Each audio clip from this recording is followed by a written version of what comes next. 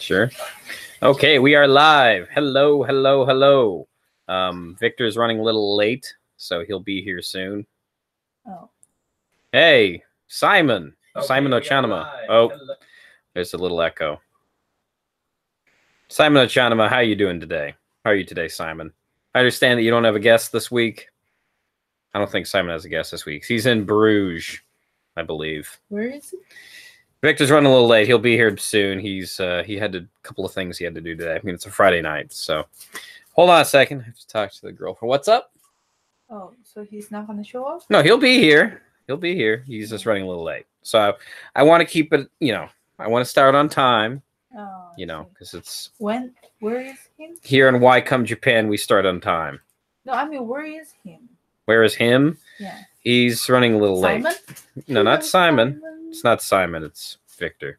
I just showed you a this picture. Simon. Oh, okay. Yeah, this is Simon. Yeah. This Simon. Oh, what are you talking? Yeah.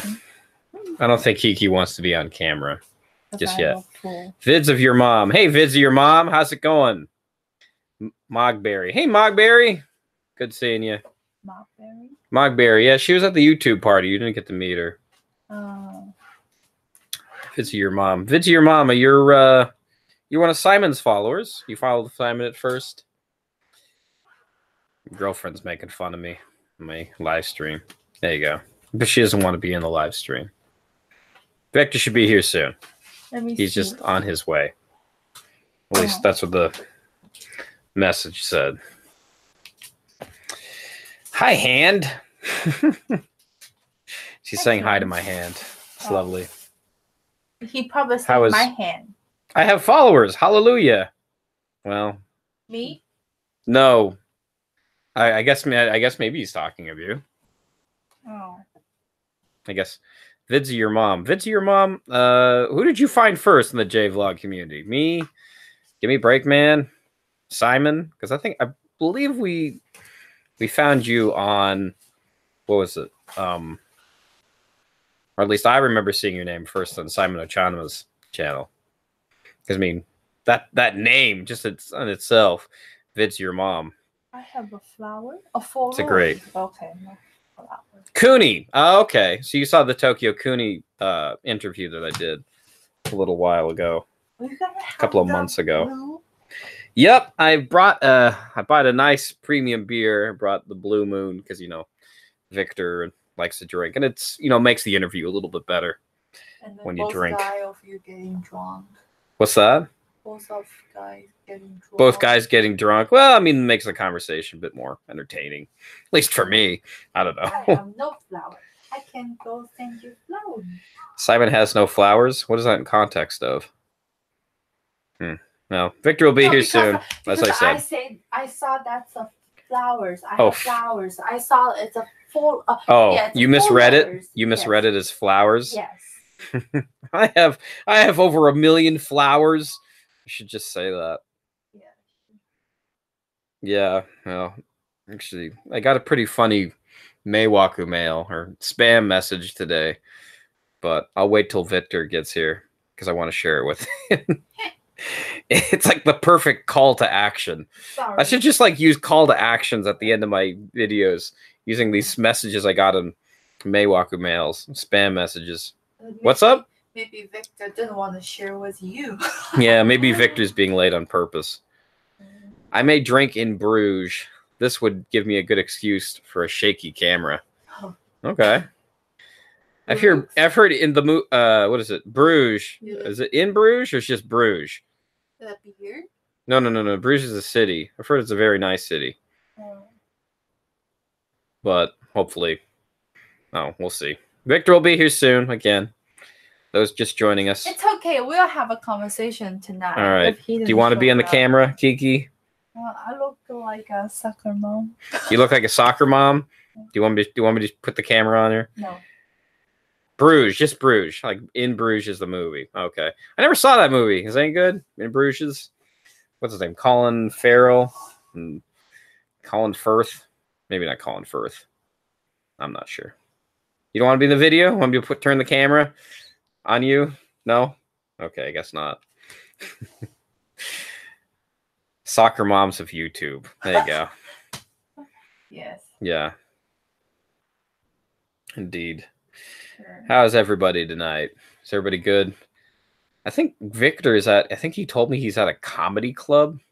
Speaking of, that's what comedians always say. They always like, "How is everybody tonight?" Whoa, why is that mouse moving all funny? You're funny. Okay. No, that's what like comedians always say when they begin their set. Like, "Hey, how is everybody tonight?" I was in, Yokohama. Man, that place is really weird. That's like typical stand-up crap. But I don't know. I mean, I think Victor once told me he did stand up. Oh, he'll be really late then. Yes. No. He just messaged me on the phone and he just said he's on his way. Don't expecting him too much. So that will be me, okay? I should interview Kiki one of these days because I still don't have anybody for next week. Oh, me? Actually, I have only day off next week. You have a day off next week? No. I mean, that's a last chance. Oh, right. Well, we're gonna film a video with Eric Surf 6, and that'll probably be our last vlog together for a while. Well, what is it? My parents are coming to Japan in the end of October, so I'll definitely make a vlog about that. So, and plus I'll be interviewing them as well, which makes me wonder. Is it Simon Ochanama says neither do I. Neither? No, I guess neither. Neither do I. My pleasure. All right. I would like to have Kiki be my guest. Sure, why not? I don't see why not. Be like, your questions would just be like, so what's it like dating Radley? That's like all of his questions. Won't be. Does he fart all the time? Yeah. And ask questions like that. Fart really loud. Oh boy. Yeah. This embarrassed me the entire time. Yes, I'll tell you everything embarrassing him. Mm-hmm. Yeah, so those well, I think everybody who's in the chat already knows Victor's gonna be late. So I think maybe a post about that. I don't know. Yeah, it's okay. Yeah. So how's your day, Simon? Yeah. My day is pretty good. And I just got back from the school. Yeah, that's right. Kiki just got back from was it Nagano? She was learning how to drive and she got her license. Yes. Congratulations. Yes. I can drive into Okinawa. You can finally, in Okinawa, you really have to have a freaking car. It's not like Tokyo where you can just live without cars. But I have to do that test Osaka, again I guess. in Tokyo because the one I have is like just piece of paper. I have to get that car, so I have to pass the writing test again in Tokyo. Oh, really? Yes. Oh. The one I showed you, that was it's like karimenkyo. Oh, okay. It's like not really right or the fit one. Okay. Well, it seems like Simon really wants to interview you. Simon Ochanama says, "Cool. I'll message you later, Radrey, or if Kiki can friend me on Facebook or Twitter." Yeah. Congratulations on getting the lessons. Thank you. I wonder if I pronounced that right. License. Okay. Yeah. Yes. And it's pretty good. And then we almost got like Victor will be here soon again. The tears in the eyeball, we can see it. Like the teachers say, like when they say bye to us. I mean, well, it does take some time to me. I mean, to learning this, the how to drive a car or something. I spend a lot of time to. It's just going off. Victor says 3 minutes, so we can see through here. So it's okay. Sure. It's all right. Yes. I mean, it's really. Maybe I shouldn't put his last name on there. Oops. It's okay. Oops, what you've done. Okay. Yeah, no, that's okay. I can't leave you anywhere. Yeah, that's true. I probably shouldn't show his last name. That's okay. I mean, he mentions it on his YouTube page all the time. When are you streaming a game again? Probably tomorrow. Maybe you'll do Undertale again. I kind of want to finish the game. According to like people who I play with, or who watch me to play, who like watching me play games. That game? Shadow. Good follower of mine. I know. He really likes watching me play because it's about reactions and everything. What's up? That game, the one last week you played?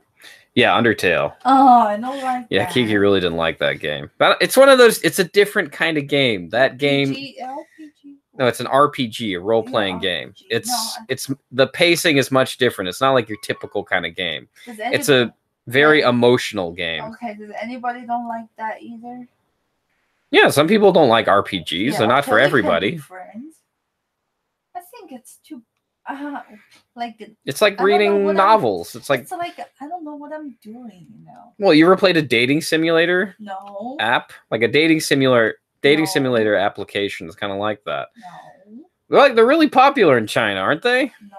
Yeah, they are. Like there's like some woman who spent like Juman or something on a dating app. I guess you no, a dating app like a fake. Like all the characters in the game are fake. Okay. Do you know what I'm saying? Okay. I saw. Wow, you know more than me, huh? It was on the news. Oh, I see. I guess maybe China didn't report that news, so you didn't get to see it.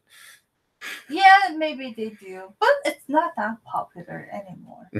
Simon says, "Oh God, not the 8-bit never-ending thing." Well, you hated it worse than Cuphead? I mean, no. I know you're not much of a gamer, Simon. You know how much time he tried? He tried like 1,607. You mean died on Cuphead? Yeah.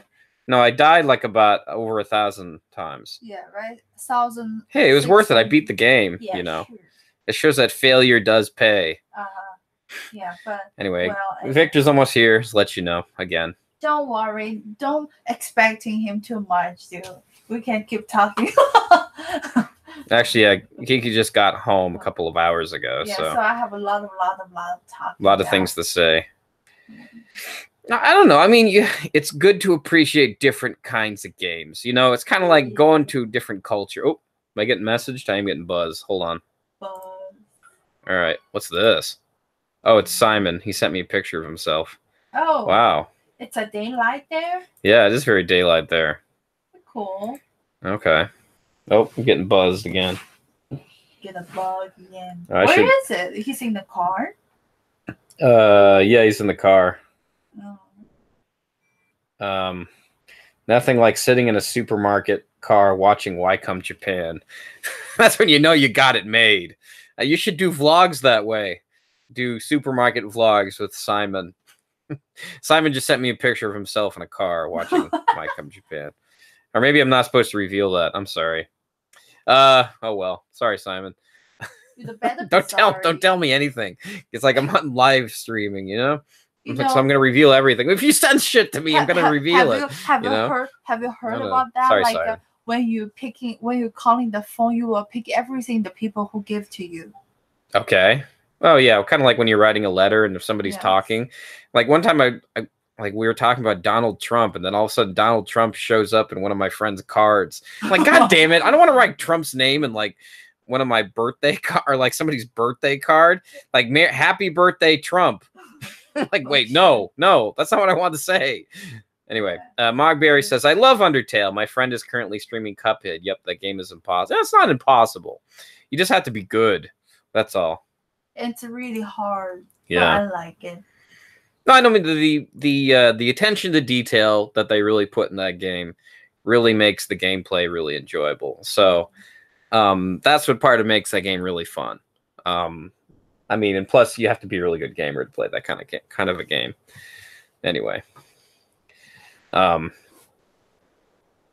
Anyway.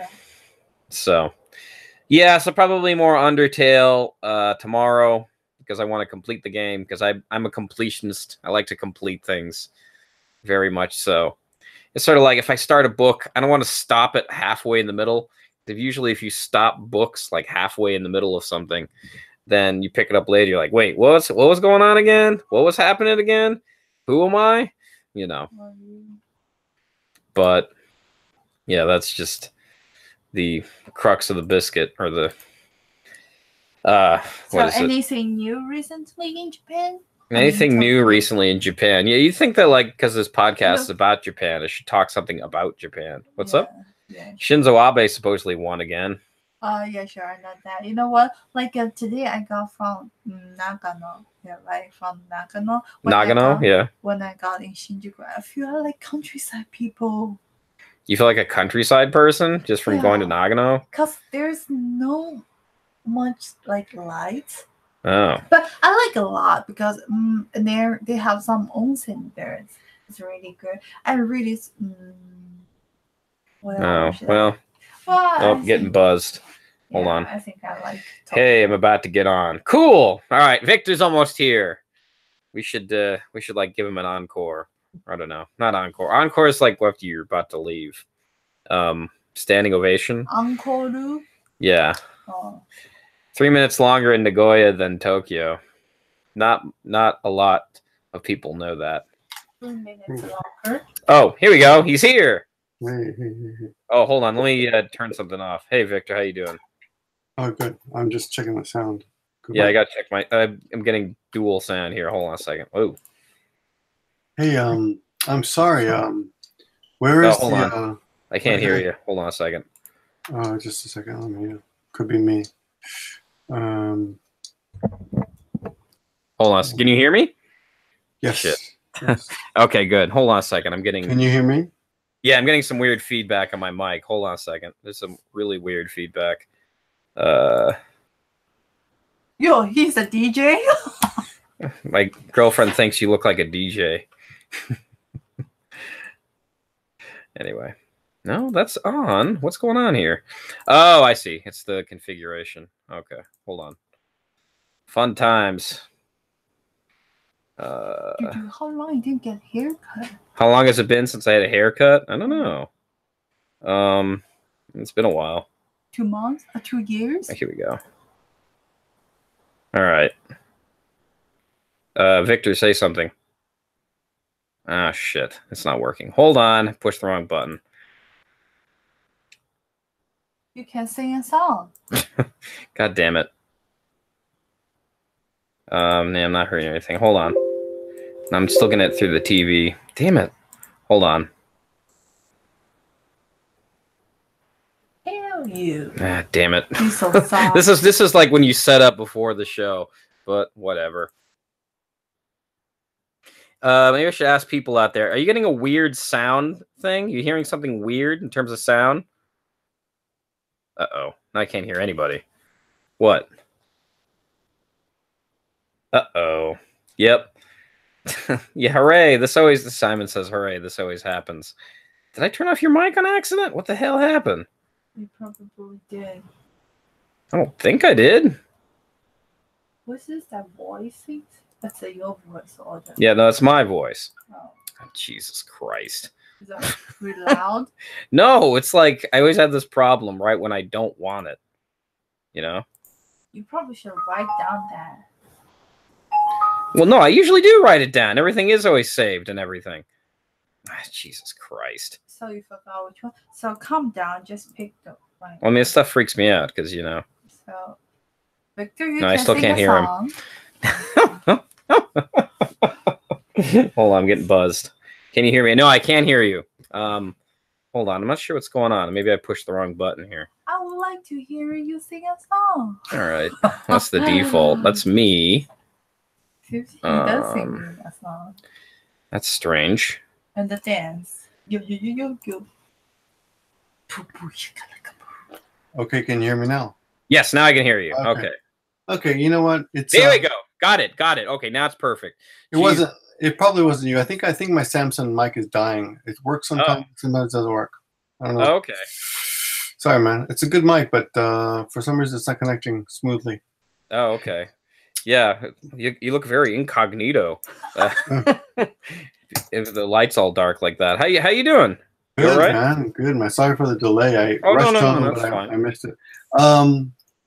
So what's the link? Did you send it to me? I'm sorry. I think which link do you want? The YouTube link? The YouTube link second. Okay, to share it? Yeah, I'll send it to you right now. Sorry about that. Welcome to Wycombe, Japan, where we talk about technical difficulties. Really? Anyway. I'll send it to you on Facebook here before we get the show on the road. Okay. Your channel's Radrey. So yes. It should just appear there. Oh, it's right here. Shit. Okay. Yeah. I'm sending to you on Facebook. Is that all right? Yeah, sure. Just click that on.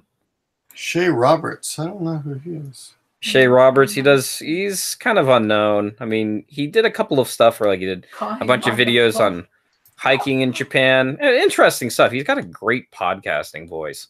Really? But yeah, he removed a bunch of videos where he was hiking in Japan, and now he talking? has like no views. So, well, he has views. I shouldn't say that.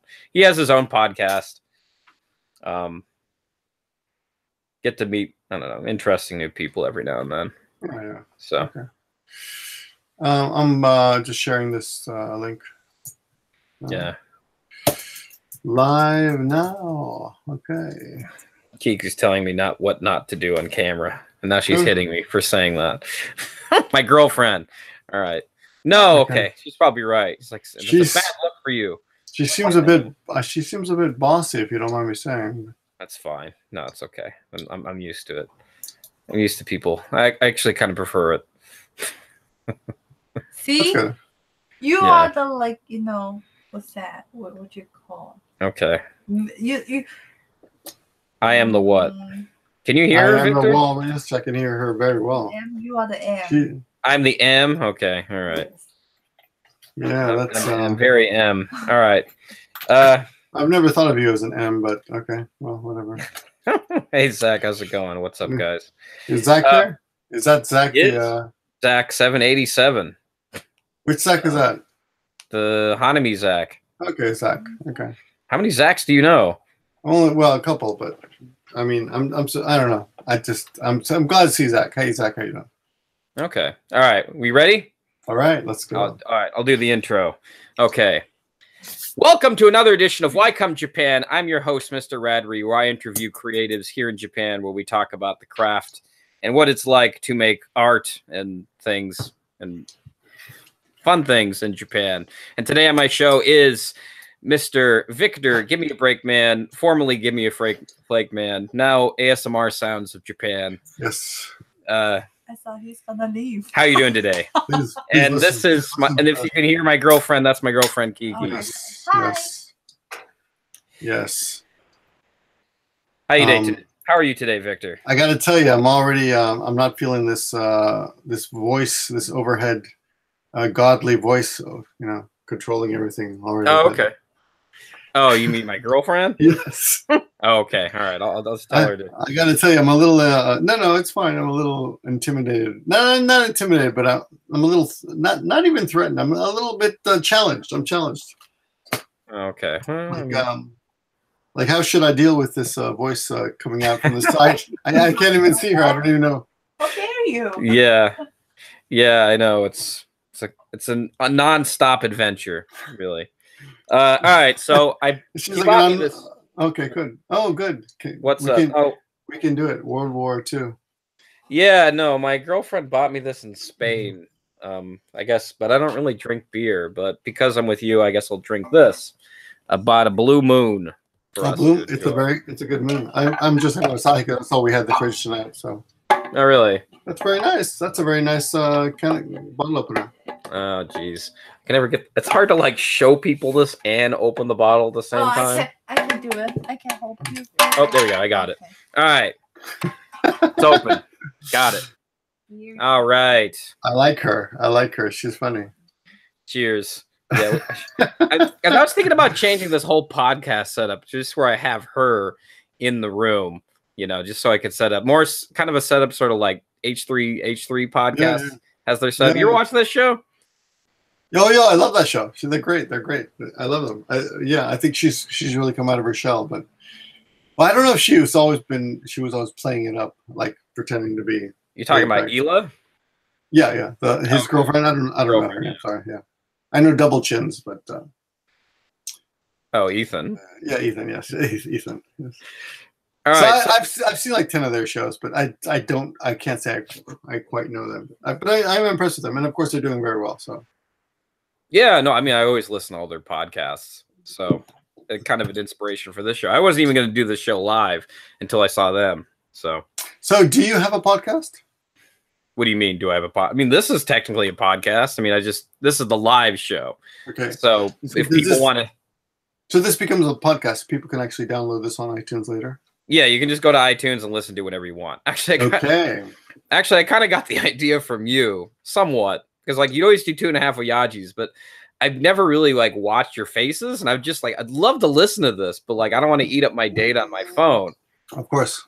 So I figured, Why don't they just put it on iTunes? So I figured, you know what? If they're not going to do it, I'll just do it. You know? No, it's a good idea. We talked about it before, but neither of us, we're just not, we're just busy or whatever. Or lazy, whatever you want to say. But no, it's a good idea. A lot of people have asked me, like, why don't you do, the iTunes, the podcast thing?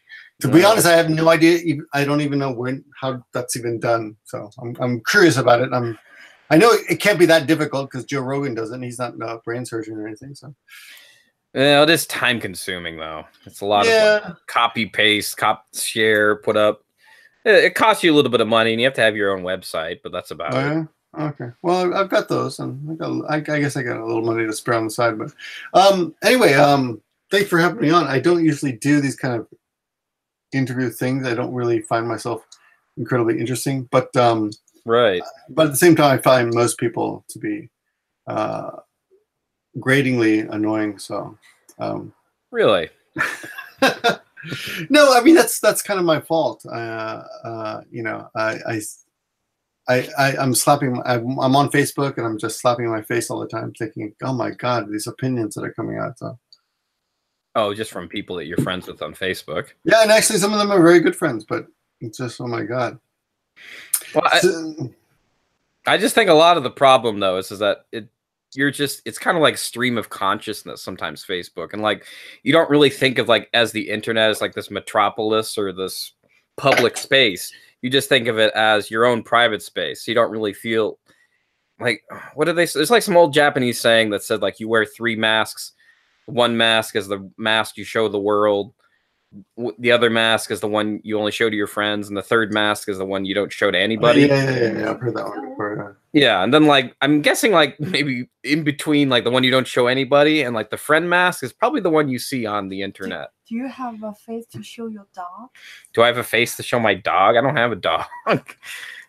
Anyway, sorry. Anyway, okay, fine. Yeah, that was distracting. All right. So tonight I was at a comedy show. I used to do stand-up comedy. After the kids came, I kind of I couldn't do it regularly because these guys are pretty regular, and I just couldn't spare the time. So, but it was a 3-year anniversary, so I asked my wife, "Hey, do you mind?" And she knows how to haggle with me now. She says, "Okay, you can go, but you got to let me go get a massage on Monday, which is a national holiday." She could just sit. Right. So okay, yeah, sure. So I went out to see this comedy show tonight, and one of the guys they had the what do they call it, the open mic section at the beginning. Oh, right. So so-called amateurs can get up, and they had this one guy named Garrett get on, who's he's I don't know how else the easiest way is to describe this is he's a gay comedian. He comes on, he does gay material, but he's actually very funny. Not being gay is not funny, but he prepared. He did a good show. He did a great show. And at the end, I said, and they had a little contest, like whoever did the best, who got the most round of applause wins. And I thought he was the best. There was another guy named Mike who also did a really good job, but it was a kind of a different. It was like apples and oranges. It was weird. He did gay material, but I think it appealed to more people. Mm-hmm. But it was still his material, and then Mike did voices, like he did a couple of different voices and characters. So it was a different kind of talent, right? And anyway, he got more applause, so Mike won the drink. But afterwards, I told Garrett, I said, you did a great job. I think you were really, really funny. You should keep it up. And he said, "What's your name?" And I said, "Victor." He goes, "Oh, I thought I recognized you. We're friends on Facebook." Wow, small world. Yeah, well, I have no idea who he is, and that's the thing about Facebook. I mean, I have no idea. I have like 2,000 plus friends. I don't know who the fuck they are. Yeah, sometimes I get those invites as well. I just gave up. Like I even asked you. Like I said, "Are we friends on Facebook?" Right before the show started, right? I think we are. But I don't remember. Yeah, it's hard to keep track of it, right? It's pretty annoying, and it's strange because you're like, there's a lot of people I think I would be friends on Facebook, but I'm not. Mm-hmm. For some weird, because it's funny. Like, do you ever feel like you're such good friends with someone that you actually don't want them on Facebook with you? You know what I mean? Of course. And I know quite a few J-vloggers who I'm not friends on Facebook with. Mm-hmm. I think for this very reason, because we kind of know each other, and I think we'd prefer to stay out of each other's way. Yeah, no, I mean, yeah, sometimes it's like too much information, you know? I don't know. I don't get it because if you're willing to go on YouTube and explore the things that we explore on camera, then what's the difference, right? I guess That's true. I guess there's just an amount of feedback that you don't want from certain people. Yeah, I guess what do they say? Like some people are better in small doses. Less is more, Yeah, less is more. I don't know. I don't know. One of those things. So how's this going for you? Oh, it's going. Oh, it's going all right. I mean, it's easy for me to get guests, so that's definitely not a problem.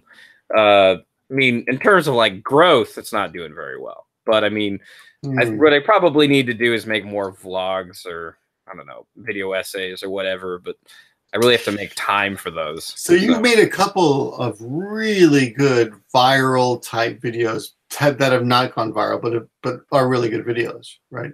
Yeah, well, I like them. But so yeah, so what's the investment compared to your results? Yeah, I would say there's more investment than there is results, quote unquote. But people seem to like them. But your channel doesn't grow from them. Not really. I mean, this isn't 2018 anymore. I mean, not 2000. What am I saying? 2009 anymore. Back when like it was really easy to get growth. Nowadays, it just feels like I'm in a vacuum. I don't know if you feel this way, but actually, this is one of my questions for you.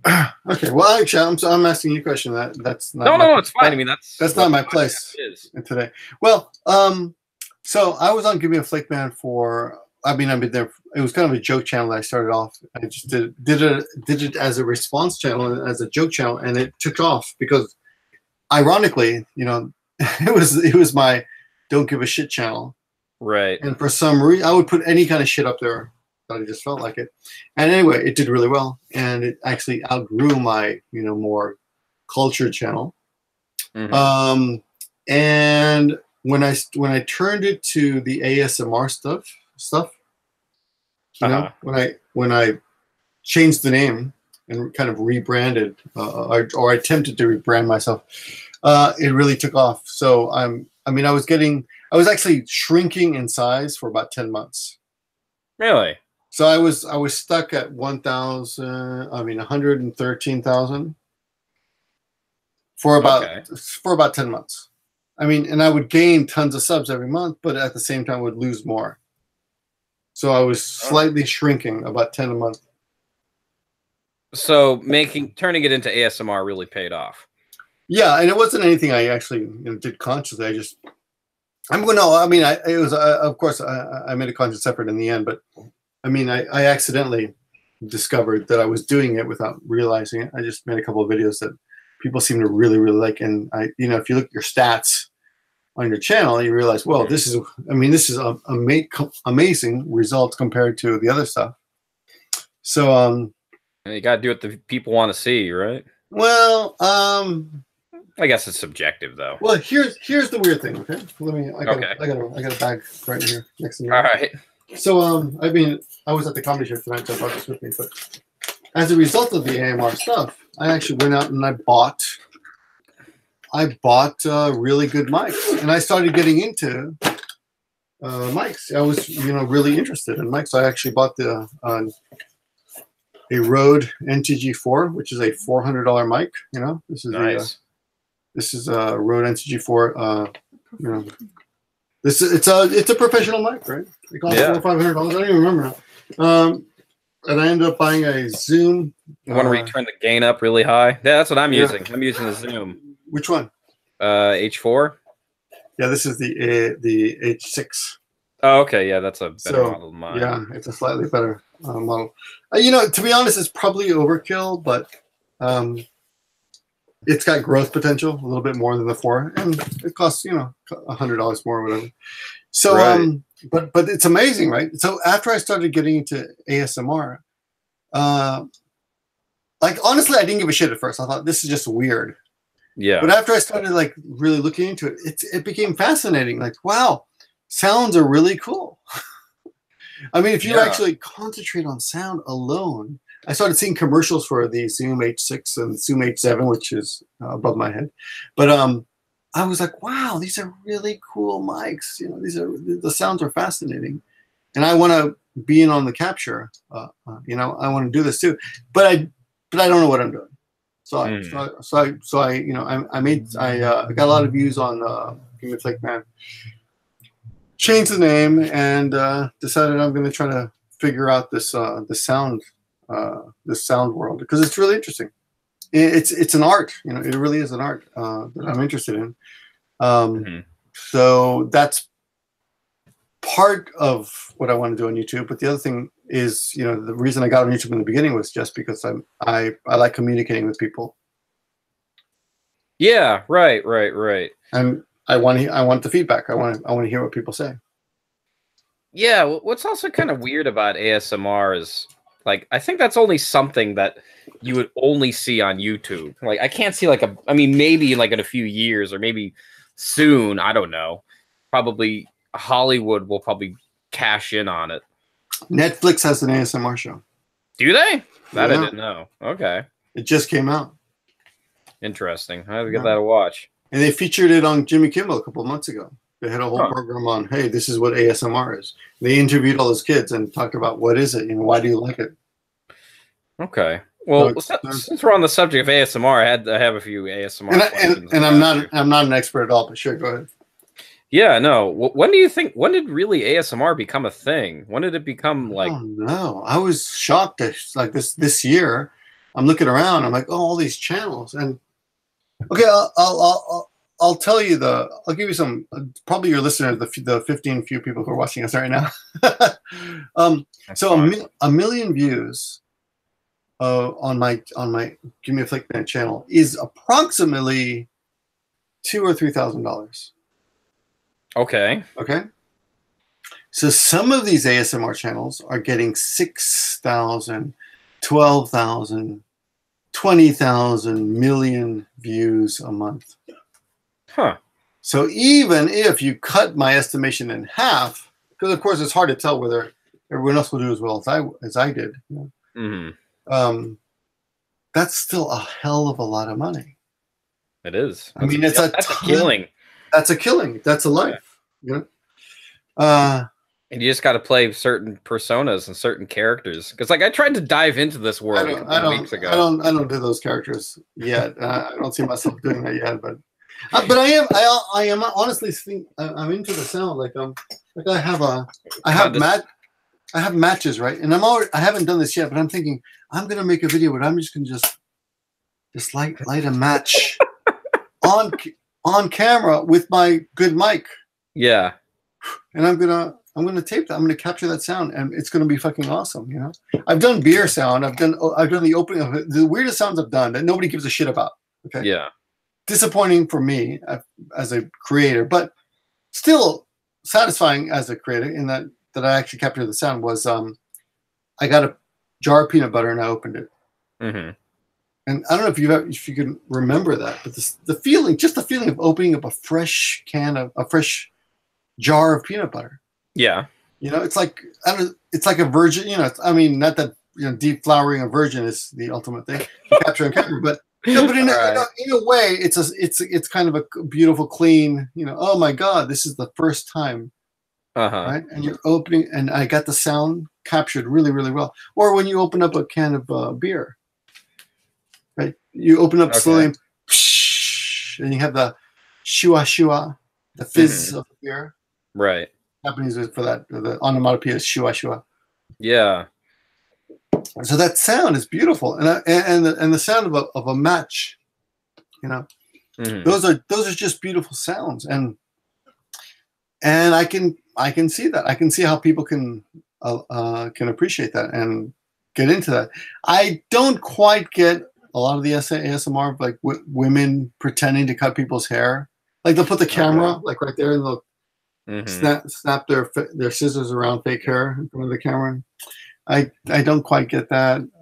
Except all I can think of is I mean honestly I just think there's a guy somewhere masturbating slowly. Masturbating really slowly to this woman, slowly cutting her hair.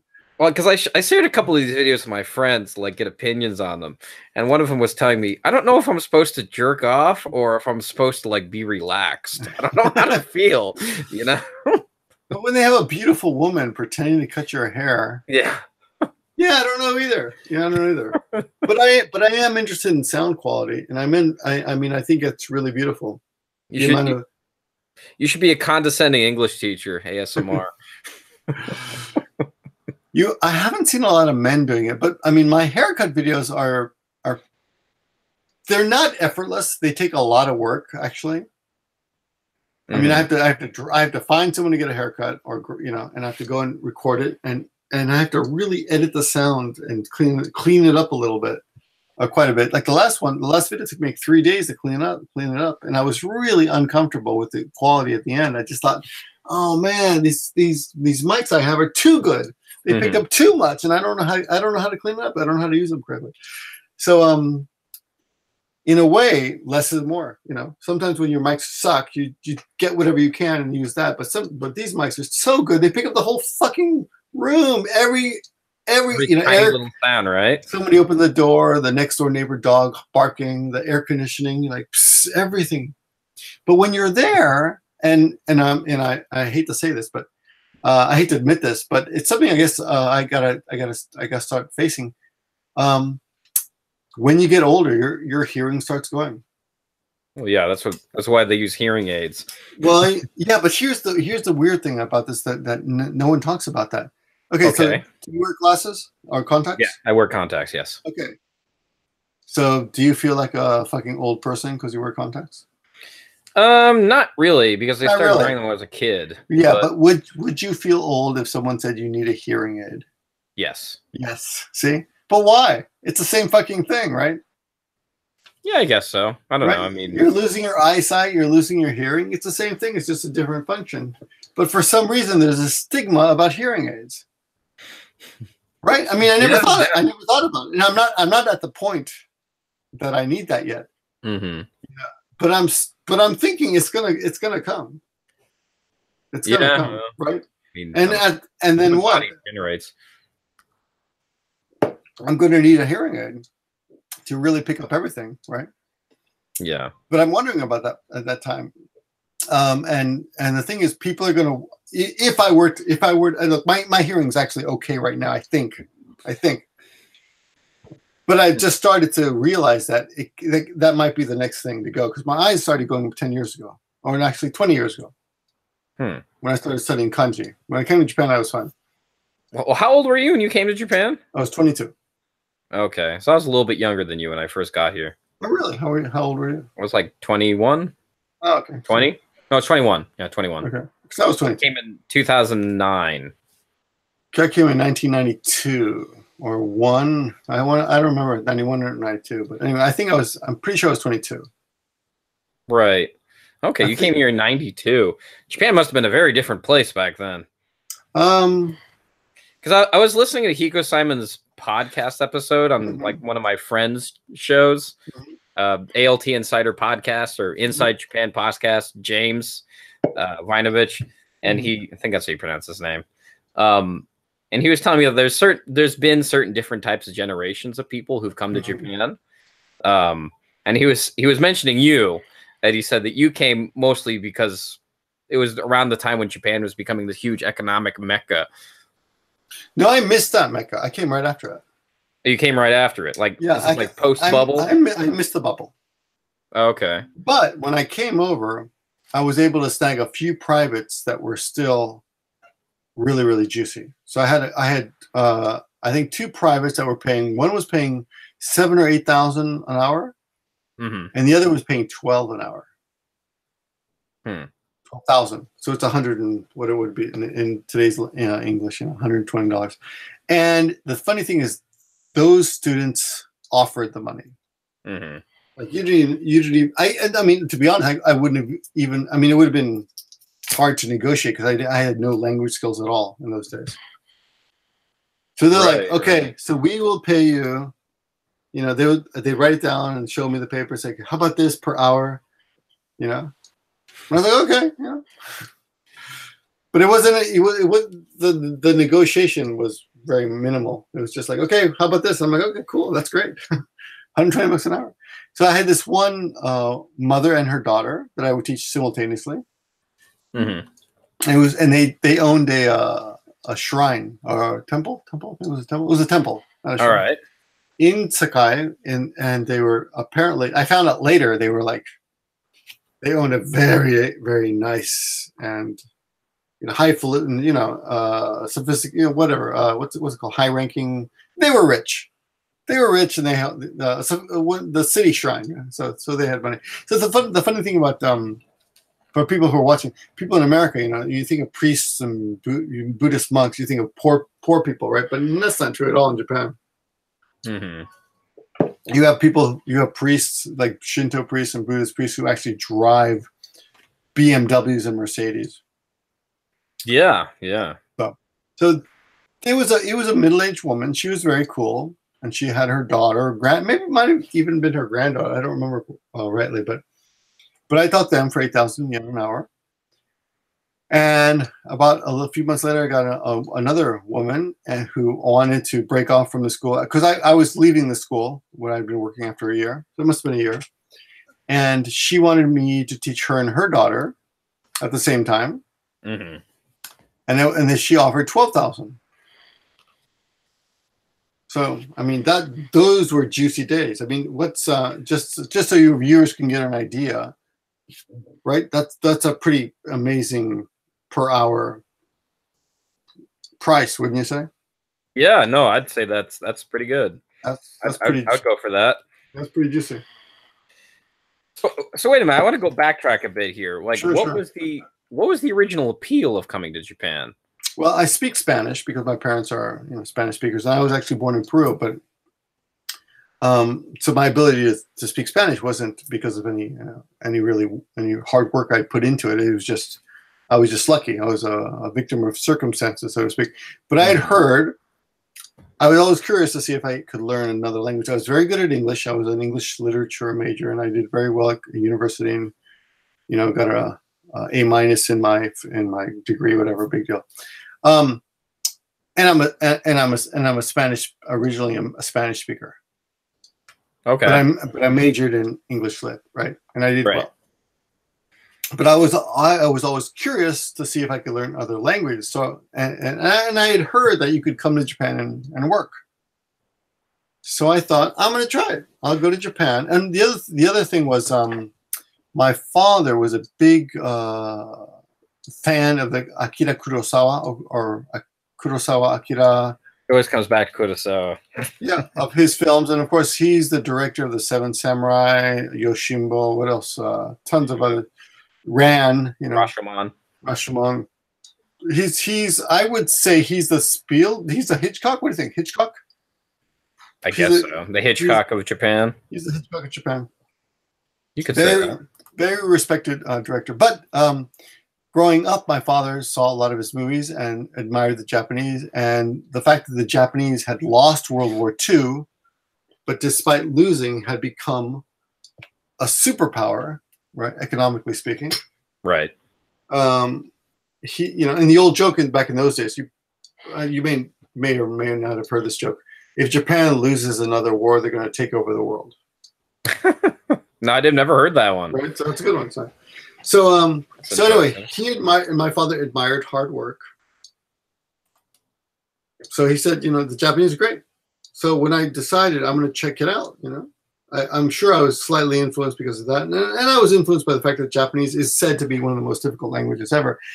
Now that I'm here, I would say it's not at all. Okay. That was part of the appeal, was that it was really hard? Well, one of the reasons I came over the purse is it was a test. It was a challenge. Can I learn Japanese? And will I like teaching? Because my ultimate goal was to go back to America and become a professor in English lit and teach. Huh. I would say Chinese is harder, but that's just me. No, I'd say that probably Czechoslovakian is harder too. But yeah, that's true. We play jokes. Yeah. You get Coke. All right. Is your girlfriend Chinese? Or? Yeah, she's Chinese. Yes. Okay, then she would know. Yeah, because I don't know. You remember those jokes you used to play? God, she's punching me. you remember those jokes you used to play in the play? I don't know if you ever did this. Like on the playground, you used to like, say really racist jokes about Chinese people. Me Chinese, me play joke. We go pee pee in your Coke. Yeah, a little bit. We didn't do too many, but yeah, okay.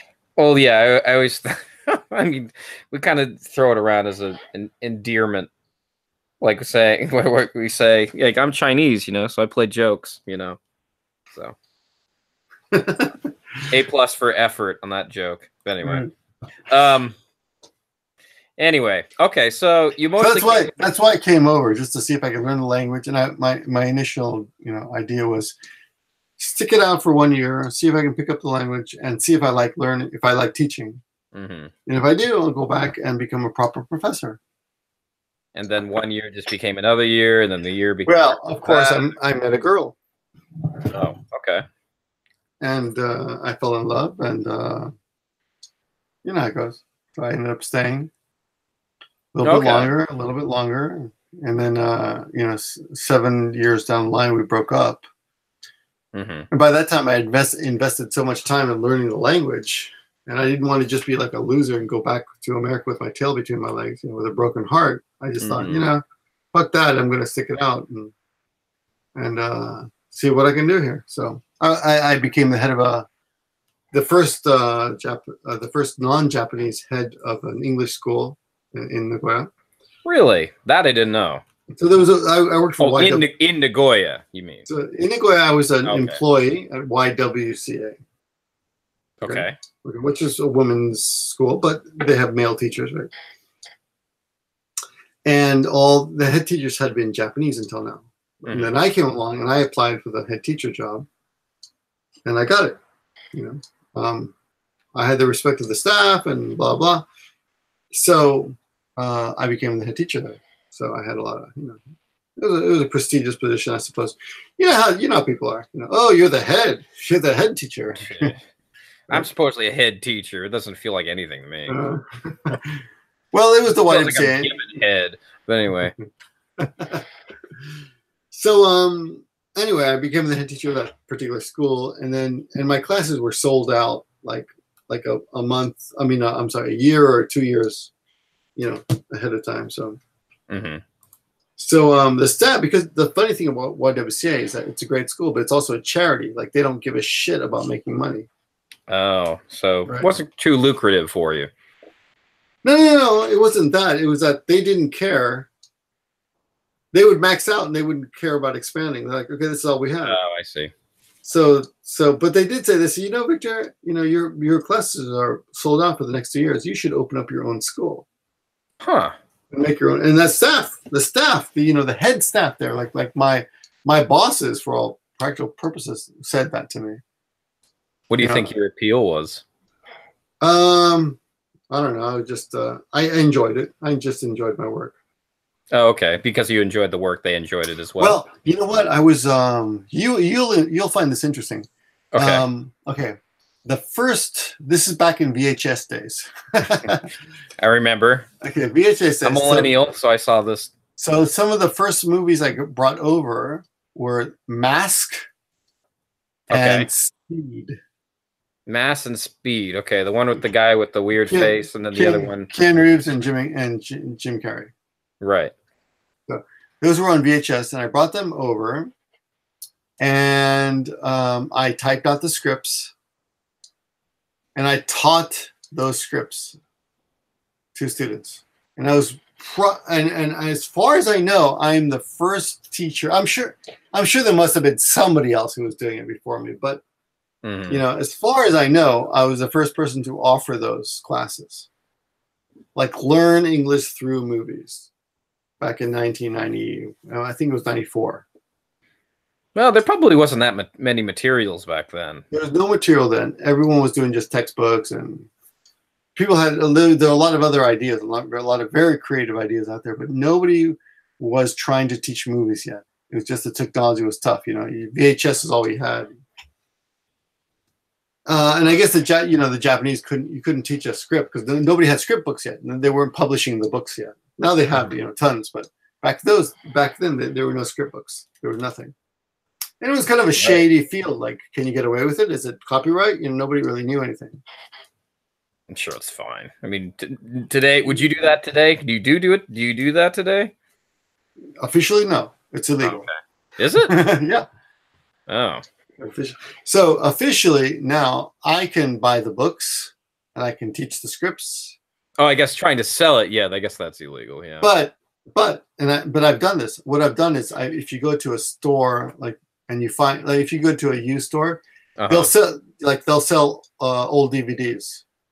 For example, you know what's a good one is AI. No, is that the Will Smith movie? No, AI is that one with Haley Joel Osment. What's the Will Smith movie about? iRobot. Yeah, iRobot. Okay, so iRobot you can pick up for 300 yen. You can pick up the DVD, right? Almost anywhere, any used store. Okay, and they have, for some bizarre reason, they'll have tons of those.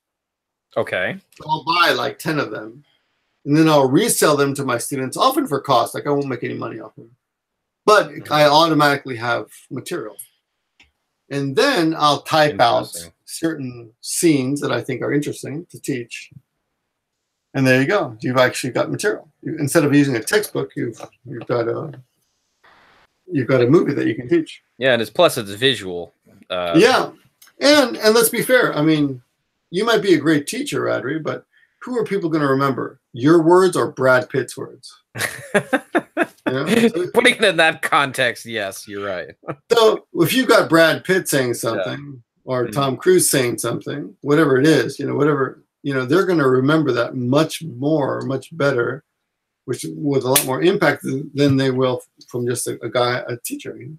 I mean, they may end up loving you and thinking you're a wonderful person, but in the beginning, they just want to learn English. So, that is interesting. I guess I never thought of it that way. Yeah, no, that's a pretty good idea. So what do you? I don't know if you can say this on the internet, but like, what's the name of your school? Or you can't? We're completely public. It's Action Language Academy. Action Language Academy, and we actually have actionlanguageacademy.com. We actually have and we do a lot of online lessons. We've got a lot of Japanese students now, actually.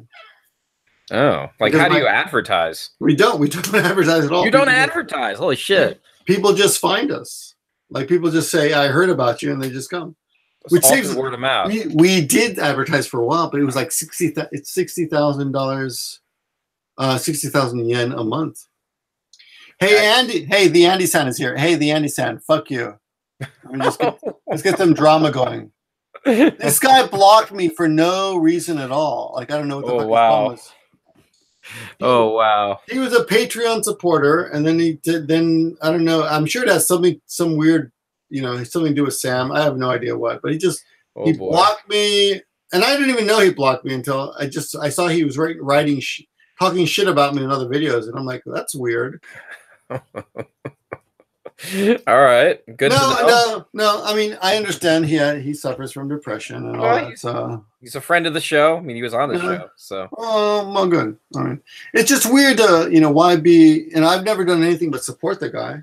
I've always been a supporter, but suddenly I get blocked. It's kind of a weird thing to do. So anyway, but whatever. I'm too busy these days to deal with to waste time on people like that who are just too mixed up. So I don't deal with it anymore. However, let's see. Let's go back to so back in those days, they had me using CNN. They said, okay, so the previous teacher used CNN to do listening classes, and then they gave me the listening class. Okay, that's how it started. And I was like, this is okay, but it's kind of boring. Mm-hmm. So instead of using this, why don't we do a movie scene? I thought. So, that's what it was. So every student, we would make a cassette for them. We had this bizarre, huge room, and every student had a little console with a cassette tape in front of them. It was built into the desk. Okay, right. You can't even. They don't even make these anymore, right? So we would record whatever we wanted them to learn for that week onto the cassette while they were in class. And then they would go home and study that and repeat it, by themselves like 100 times, and then come back the next week. And using only Japanese notes, they would bring back the English. Huh. That was the rule. So you will give you some English. You go home, you study it, and then the next week you come back and using your Japanese notes only or nothing, you just bring back the script. Huh. That is clever. And I had 14 students, and I was sold out for more than 18 months in that class. Like there was a waiting list for 18 months. It was an 18-month waiting list, right? Mm-hmm. So I got the idea at that time. I thought, why not change, instead of just doing CNN, let's do a scene from Speed or a scene from Mask. And that's what I did. But I took it upon myself to figure out a way to get from the video to the audio. And Yeah, it's not that hard. Sorry, go ahead. No, I think that's really clever because I mean, what do people know about foreign languages? I mean, especially about English, they just know it from the movies. Right. And they want to talk like how they do on the movies. So yeah, that's very clever. So it worked, And the class was really popular. And you still kind of do that today? I mean, not the script thing because obviously that's illegal. But well, what I do now is, what I'm saying. Okay, I'll tell you what I'm saying right now. James Veitch. I don't know how to pronounce his name. James Veitch. Okay. He's a British comedian. All right. And he was on the Conan show. And I'm sure you've seen him. He's got a couple. He's also on TED Talks. He's got a couple of viral videos. And what he does is he responds to scammers. Mm-hmm. Like people email him like, I just found $1 billion and I want to help you. Why don't you split it with me and give me your bank information, kind of shit. So one of the most famous one is type in Ducks and James and Conan O'Brien. Okay, Ducks and James. You'll find this, and you'll find this video. I see it. Okay. Okay, so James Veitch, I think is his name. Veitch, I don't know how to say it. Anyway, yeah, I see it right here. So it's a super. Okay, so if you're teaching listening, here's something you may not have ever thought about before. But if you're teaching listening, a good way to teach listening is a news program. Right. The problem with that is that it's scripted completely, and it's kind of formal English. Mm-hmm. So people don't really speak that way. Right. Right. And then, okay, well, how about a movie? Movie's more natural, right? Yeah, that's true. But that's also actually scripted. Yeah. The professional writers are writing those beautiful words, and people don't actually speak that way because it's too perfect. I mean, it's wonderful English to learn, but it's only in an ideal will you ever be able to replicate that level of English. Very few human beings, even native speakers, can speak like an actor in a movie because they don't have writers, right? Right. So you and I right now are speaking with no scripts, right? Did you get your script, by the way? Did you? I have a couple of questions written down, but that's about it. That's about as scripted as the show is. Right. So the best thing to study if you want to teach listening, the best thing to study, or the best way to teach it is to teach interviews on the street. Street interviews with normal people, because those people don't know what the fuck they're talking about, and their English is completely average, and it's going to be full of mistakes. Mm-hmm. So if you want to teach listening, that's what you should be teaching. Okay, because it's the most accurate. It's the closest to real life that you'll ever find. All right, like a street interview. Okay. Mm-hmm. So the thing that I like about James Veitch or whatever his name is that if you listen to his delivery, mm-hmm. he never. I mean, not never. I won't say never, but often many of his ideas are incomplete. Okay. Like but they're at the level that we will like a native speaker will understand. Let me give you an example. He'll say, "Hey, so I got a bit of a trouble with my my flatmate the other day." Okay. And he'll say, "Oh," and he's in America, right? He goes, "Oh, but you don't call them flatmates here, do you? You call them roommates, don't you?" Okay, well, so I got a little bit of trouble with. Well, she emailed me. So right there, I didn't even complete the sentence. I said, "I got in a little trouble with." Well, she emailed me. Mm-hmm. So I don't even complete the sentence. I should be grammatically speaking, I got in a little trouble with my roommate. Yeah. She emailed me, but instead of completing it, I just go off like, I got in a little trouble with, well, she emailed me. So there's well with together, right? Mm-hmm. So you and I, being native speakers, we get that completely. But a non-native speaker has probably never come across that kind of script before, right? That is interesting. What Phoenix 787 in the chat says that explains why Utah's videos are so popular. Which is what? No, I don't think that explains anything. Doesn't? Okay. I don't. What do you mean? How? I guess because he's interviewing people on the street. You disagree? No. Okay. I think Utah's videos are popular because of the context and the questions that he asks are interesting. Yeah, that's true. Yeah, not much about language learning. No, it's not really to learn Japanese. I mean, but the point I'm making here is that if you want to teach listening, then teaching using videos or scripts is not the best way to go, actually, because nobody speaks that way. You want the closest you can get to real speeches are on the man on the street interviews, or stand-up comedians who are not completely scripted, like this guy Beach. Like other stand-up comedians are completely scripted, and you can hear everything they say, but at the same time, it's also incredibly difficult because they're jokes, and a lot of them are jokes that just go culturally or over Japanese people's heads. But James Veitch's videos are about practical jokes, and they're pretty easy to understand. You know. I see. So watch a few of his videos, and you'll see what I mean. So you saw James Veitch in class? Yeah. So, but it's a YouTube video. Oh, I see. So I send them the link. I type out the script, which is incredibly difficult because he's saying quite a bit. Mm-hmm. You know, it's completely full of uhs and pauses, and it's not normal. You know, it's not grammatically correct English, but it's completely natural English. And he's a very well-spoken and intelligent person, so he'll throw in the occasional difficult vocabulary word, which makes the whole thing worth it, right? Mm-hmm. So it's great source material for an advanced student. And the funny thing about his stuff is that even if you're not advanced, you can kind of follow along watching the pictures, because he has a big screen behind him to illustrate whatever he's talking about. Mm-hmm. So it's a lot of fun. They're a lot of fun, and even if you're not, if your listening is a little bit poor, you can kind of piece together what the video is about, and it's great for teaching, because then students get to report to each other what they're watching. Would you say this is great for any language, really? Yeah, why not? Yeah. Okay. Yeah, I'll look into that. I'll watch this James Veitch guy after this interview. Well, see what you're talking about.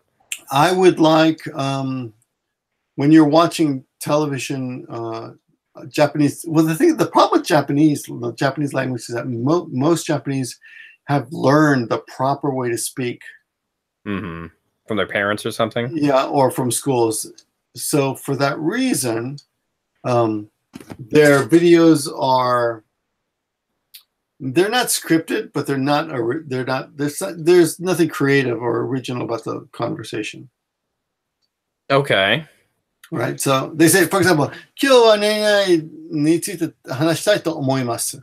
Yeah. Today I would like to talk about blah blah blah. So even if it's the funny thing about Japanese, or the most annoying thing I think about Japanese, is that it's completely, these kimari monkus or cliches are, which are frowned upon in English to create cliche. The word cliche alone is kind of a negative word, but in Japanese it means, it's just a standard expression that everyone likes.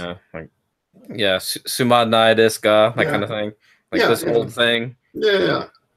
Sumanai desu ka, that kind of thing. But if you talk to Japanese people, they'll tell you, they'll be the first to tell you that we actually don't use that expression. The sumanai desu ka expression, they don't actually use.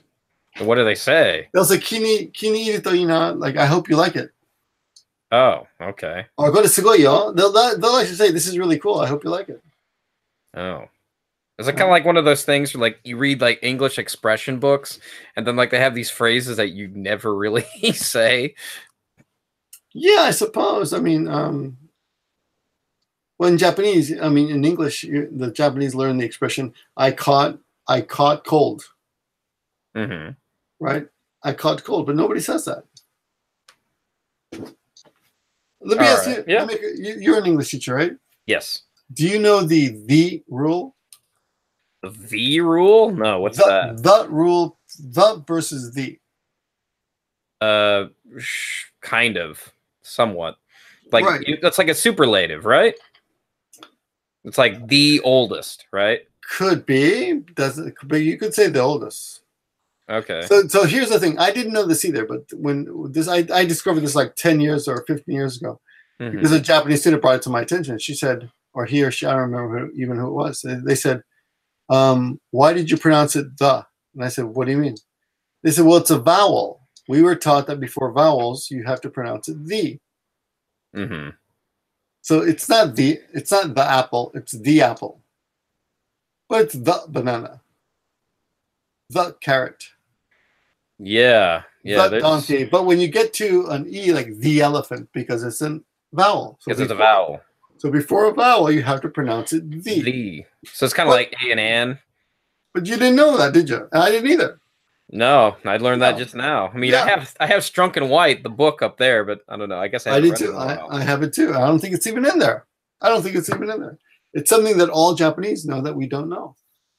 Where does this taught? Like, where can I find this? If you look it up online, there's actually sites that describe this, but I had to look it up because I didn't believe it because I thought that's ridiculous. That's the most bizarre thing about living in Japan for me sometimes. It's like just how I get like multiple like the similar answers as almost like from Japanese people as a collective, rather than like individual people. Yeah. It kind of freaks me out sometimes. Like, how does everybody read the same thing and know this one thing, but I don't know? Like, I meet other people who don't know certain things. It's just for fun. Let me give you another one. Okay. Okay. Something that I remember learning in Japan. Okay. What do you call this here? Sorry, I'm not looking. What's up? What am I looking at? What do you call this? The forehead. Okay, spell it. Oh, I'm sorry. I'm sorry. No, you pronounced it correctly. Forget the spelling. You pronounced it correctly. In American English, you say forehead. Right. But in British English, they say forehead. Okay. F-O-R-I-D. Forehead. Mm-hmm. Did you know that? I did not know that. Well, I don't know. We weren't born in England, so I mean, wait, you were born in the U.S. Where were you born? I was born in Peru, actually. Oh, Peru. That's right. But I came to the U.S. when I was a kid, so. I was 1 year old, so it's irrelevant. But the funny thing is I didn't know that, and I studied British English. I'm actually very good at British English, but I did not know that particular expression. So Tomoko's on right now. She said, "Yeah, I learned that in junior high school." So there's a bunch of rules that Japanese know that we don't know, and that they think that because we don't know, we're kind of idiots. Maybe this was all collected by one source, and like a person who made New Horizon or Columbus or whatever books it is they use. So when Phoenix is talking about the H, like I am an expert of teaching listening. So I've made listening dictionaries. Actually, I've actually typed out my own listening dictionaries, and I've created something called listening mathematics. And one of those rules of one of those rules is that H is not pronounced in English unless it's the first letter. Mm-hmm. In American English. So for Americans, we'll never say hello, but British people will say hello. Mm-hmm. But they might say this is his. In American English, you'll say this is his. You'll say this is his. This is his. Oh, this is hers. So it's silent, like I was in Spanish. If the H is in the middle of a word, so to Phoenix, just to give your expression, you're not wrong. I'm just giving a little bit more meat or more explanation to your expression, to your comment. If Phoenix is saying this in the chat, just for audio listeners at home. So thank you. So if an H is at the beginning of a sentence, you pronounce it in American English. If it's in the middle, you can drop it. Right. Mm-hmm. So did you have to? Did you have to? Did you have to? Did you have to? Have to? Okay. Have to? Do you have to do that? I guess they say Right? that. I'm not even sure. You drop we drop the H in the middle. Well, I mean, that's why America is no longer part of England. That's why they use like inches instead of centimeters and pounds instead of kilometer or kilometer or fuck. What is it? But kilograms. No, but British people still use. They still use it.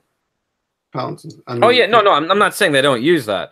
I'm just saying that like when America became its own country, they decided like we're not going to use. Oh, I'm sorry. I thought you meant England. Okay, yeah.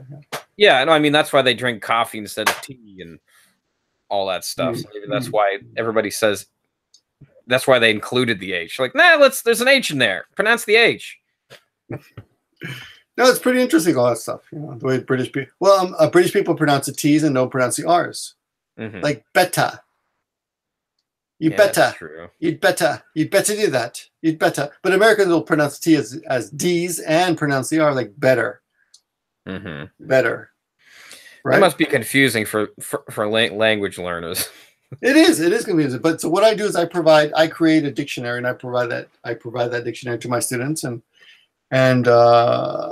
you know, of course it's impossible for them to just learn it by memorizing it. But I think my hope is that the fact that it exists in their heads, like that they're introduced to it, will, whenever they're watching like a TV show or a movie, they'll be able to somewhat, you know, apply it and say, oh, I kind of get what he's saying because I learned a little bit about it. You know? So but the thing is, this rule applies to all languages. Every language has variations that are like that. Right. And I'm sure, like in Nagoya or Osaka, there's different variations of Japanese that are not standard, but everyone kind of gets it, right? Evolution of language. Yeah, so it's pretty interesting. My rule to apply to everything in life is that there's two rules. Everything in life is done for two reasons. One of them is you're lazy, and one of them is money. It always comes back to money and laziness. Yeah. So people do things on the internet because they're lazy or money, right? Well, actually, my YouTube videos right now, I make Gimmeabreakman videos because I'm lazy. I don't have time to edit. I'm lazy. I mean, you can say I'm lazy, but I mean, I prefer to say I'm just too busy. But in a way, it's the same thing. Right? I'm too busy with my kids, so I'm too lazy to edit my videos properly. So I just put up, you know, almost completely unedited videos on Gimmeabreakman. And money, the ASMR videos on Gimmeabreakman. That explains it, right? They make tons of money. You should open up your own channel. Give me a lazy money man. That's too apparent.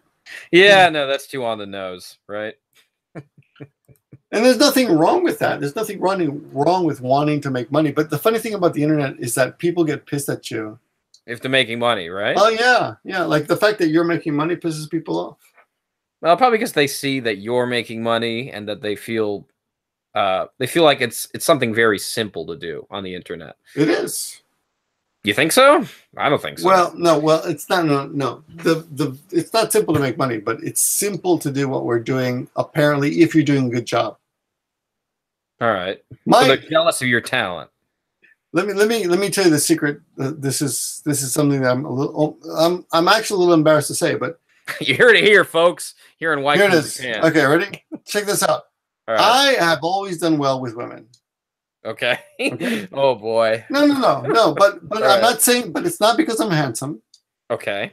Not because I'm incredibly intelligent or incredibly witty. All right. This is my theory. I mean, I could be wrong. Maybe I am incredibly handsome, and I don't even realize it. But my theory is that women see me as a slightly attainable, just attainable. All right. This is a guy I could get if I work a little bit. So be slightly attainable is what you're saying. Do something. No, I'm not saying anything like that. I'm telling you that my appeal. Okay. With women. Just your appeal.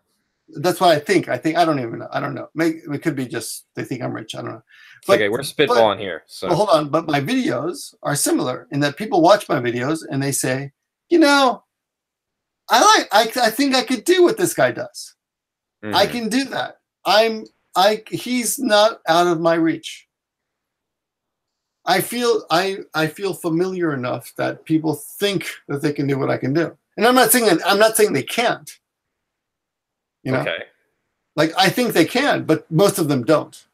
So when I put out a video of me talking to the camera, blah, blah, blah, you know, it's nothing amazing, but it feels familiar enough that it makes many people feel comfortable. Like, you know, I like this guy. I think I could do what he's doing. He feels comfortable. Mm-hmm. So I appeal to them for some reason. Okay. That's all. So it's not like they like me because I'm amazing and out of their reach, like a Michael Jackson or something. Because, you know, when you watch a Michael Jackson video or something, like, there's no way I could do that moonwalk or whatever the fuck he's doing, you know? Mm-hmm. Or even a Weird Al Yankovic. We're like, oh my God, I can't believe he did that. It's so funny. Like, that's just something way beyond me. Right? But when people watch me, my theory is they say, I could do that. So in a way, it's an insult. It's kind of a, well, you know, he's okay, but I could do that. But, you know, I don't feel like it because I'm too lazy, so I'm just going to watch him instead. Okay, so let me put these two things together. I'm not saying it's true. I'm saying that's what I think people think. Okay, so you're saying that's why people get upset that you make money on the internet? Is that why? Well, that's part of it as well. That's also part of it. Oh, that's part of it. Okay. That's part of it. But the other part was about women. I don't know. I'm saying my appeal. Why? Oh, your appeal. Okay. Why do I appeal to people? I see. Okay, that makes a little more sense. So one of them is well. I mean, there's I forgot what movie it was in, but there was a study about how men approach women in bars. Okay. And it was something of the brain with God damn it, the guy from Ridley Scott's main star, Russell Crowe.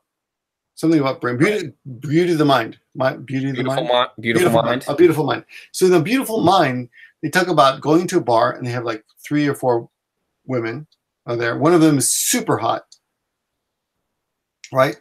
Mm-hmm. For all the men to get laid, you know. I mean, I'm being very coarse with this interpretation, but just to make things shorter.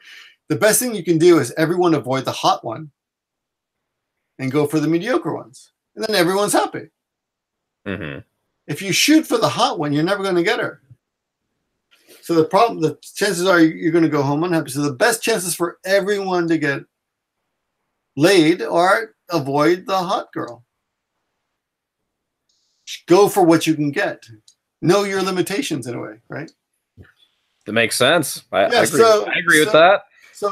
So I have been lucky enough in my life to not have always been the sexiest guy in the room, but for some bizarre reason, I'm often approached in my life, you know, on and offline, right, by certain people who, for some reason, believe that they are my level, whatever that may be, right? Whether they're right or not is not really relevant. The fact is, that's why I think they do it. I don't think it's not a compliment in a way, you know. Mm-hmm. So what do you know the old Woody Allen, or actually Groucho Marx joke? I would never want to belong to a club that would accept someone like me as a member. Okay. Why do you say that? No, that's a joke. I see. That's a classic Groucho Marx quote. It's 50 years old, or 67 years old. Woody Allen did it, redid it, and he reworded it as, I would never want to date a woman that would date someone like me. So I would never. So if your girl, just to apply this to make it more real, your girlfriend would go out with you, something's fucking wrong with her.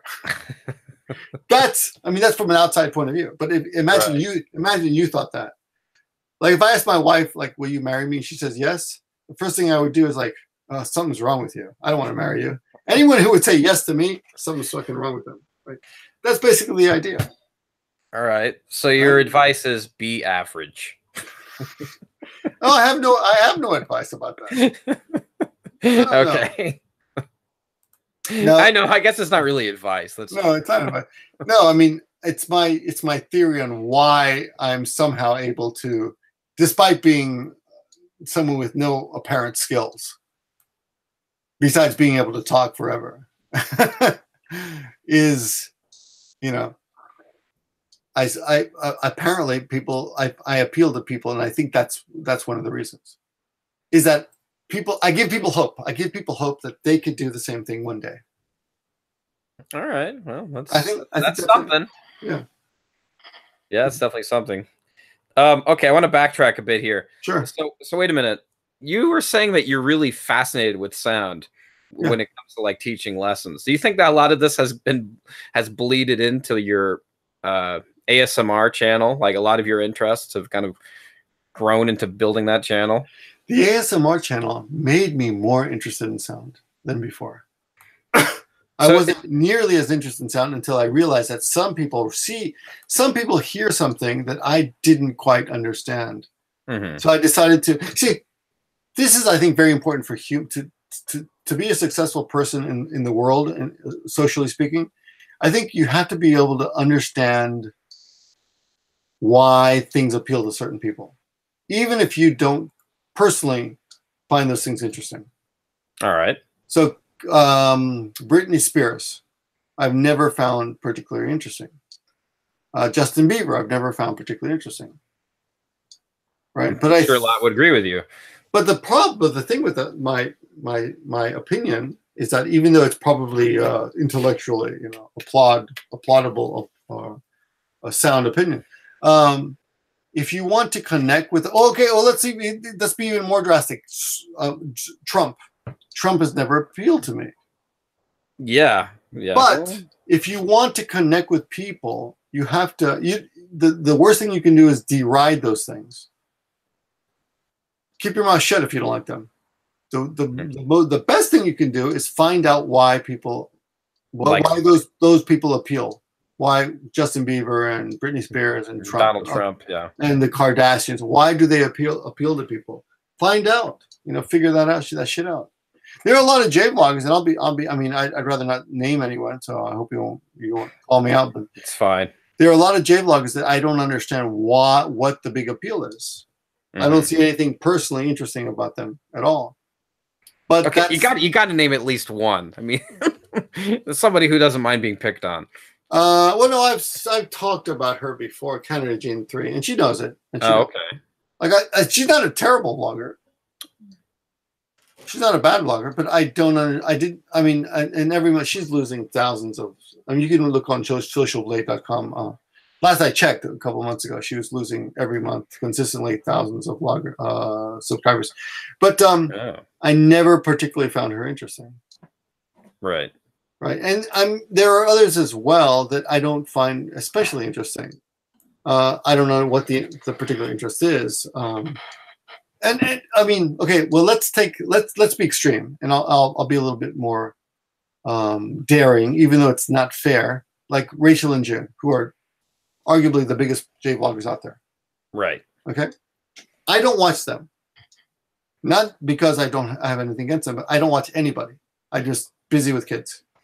Yeah. Okay. So I have seen them on occasion in the past, and they are definitely skilled. And June, especially, I would say, has made. I've seen some of his cooking videos, and they are amazing.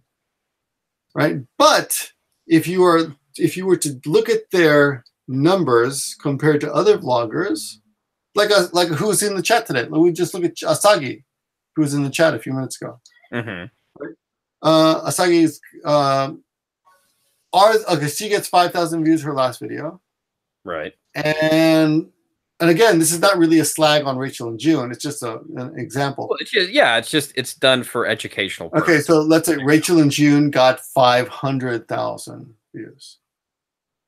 Their last video? Is that what you're saying? I'm sure they did. I didn't even look. I don't know. I don't watch anybody right now. I didn't see Asagi's video either. I did see the views though. I saw the views pop up, because you said, so her videos are doing well. I like her. I mean, I like them both. They're both good vloggers. But my point is, you cannot say that Rachel June's videos are 100 times better than Asagi's. Mm-hmm. They're not 100 times better. Those views don't represent quality. You think that? Won't you say that's more of a subjective thing, though? I don't think any subjective person can ever say that Rachel and June's videos are 100 times better than Asagi's. You might say twice as good, or 3 times as good, even 4 times as good, but 100 times? How can you say anybody's 100 times better? Am I okay? Well, I mean, not to be a complete dick, but no, it's okay.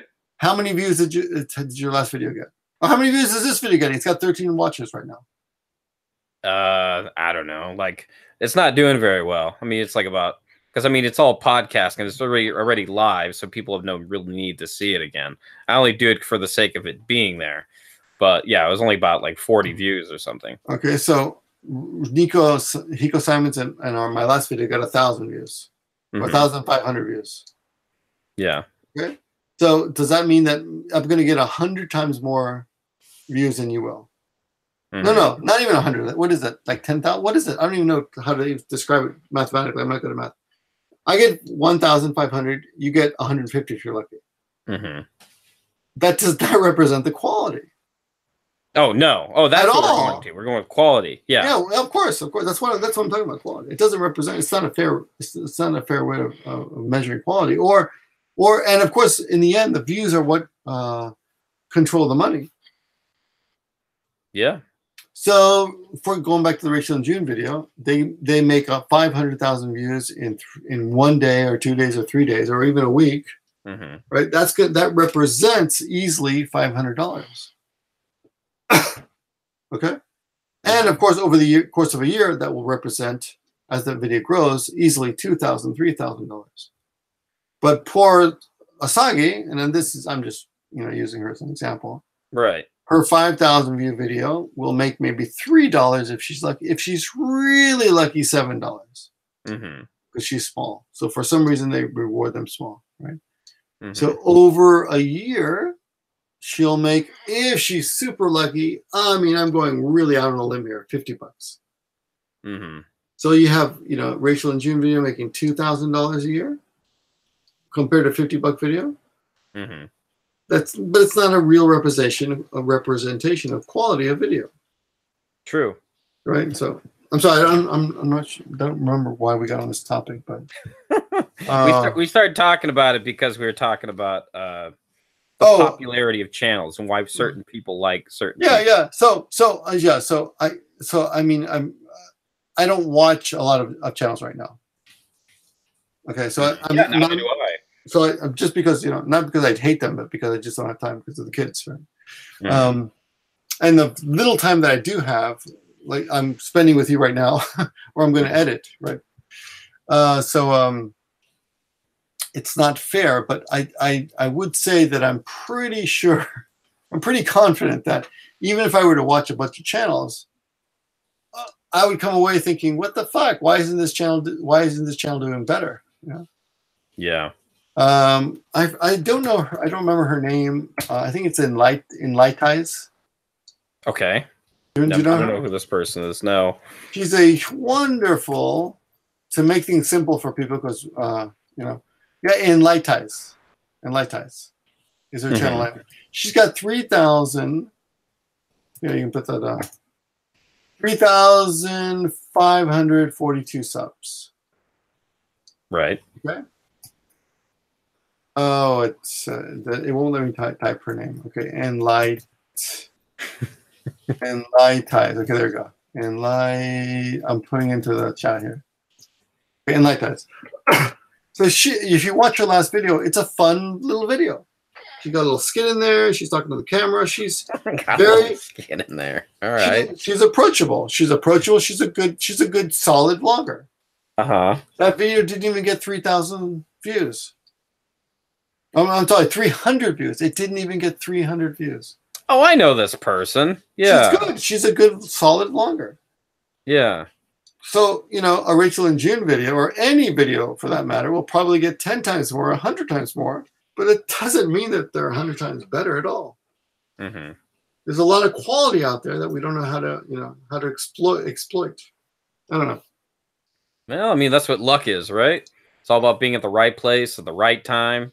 Preparation meets timing. Yeah, no, you're right. You're right. A lot of it is luck. A lot of it is also Yeah, no, you're right. It's luck. It's a lot. I mean, I don't think that other bloggers are necessarily successful because they're just conniving or intelligent. I think a lot of it is luck. No, you're right. Yeah. But for me, I mean, I looked at her channel just the other day, and I was surprised that it's still this small because I've known her for a few years, and I would have thought by now she'd be huge. You know, I mean, she's she's ethnic, which is always a plus on YouTube, right? Yeah. She's confident. She's not shy. She's a very good speaker. There's nothing wrong with her channel at all. You know, but for some reason, or I mean, like, you're another example of that. Like I've often wondered, like, why the fuck you're? Well, I need to make more videos personally, but yeah. Well, yeah, of course we know one reason is lack of consistency, which is always important. I'm also a perfectionist, so. Yeah, I've criticized you for that in the past. That's fine. Duly noted. Well, you know, I criticized Cooney for this in the past. Oh, really?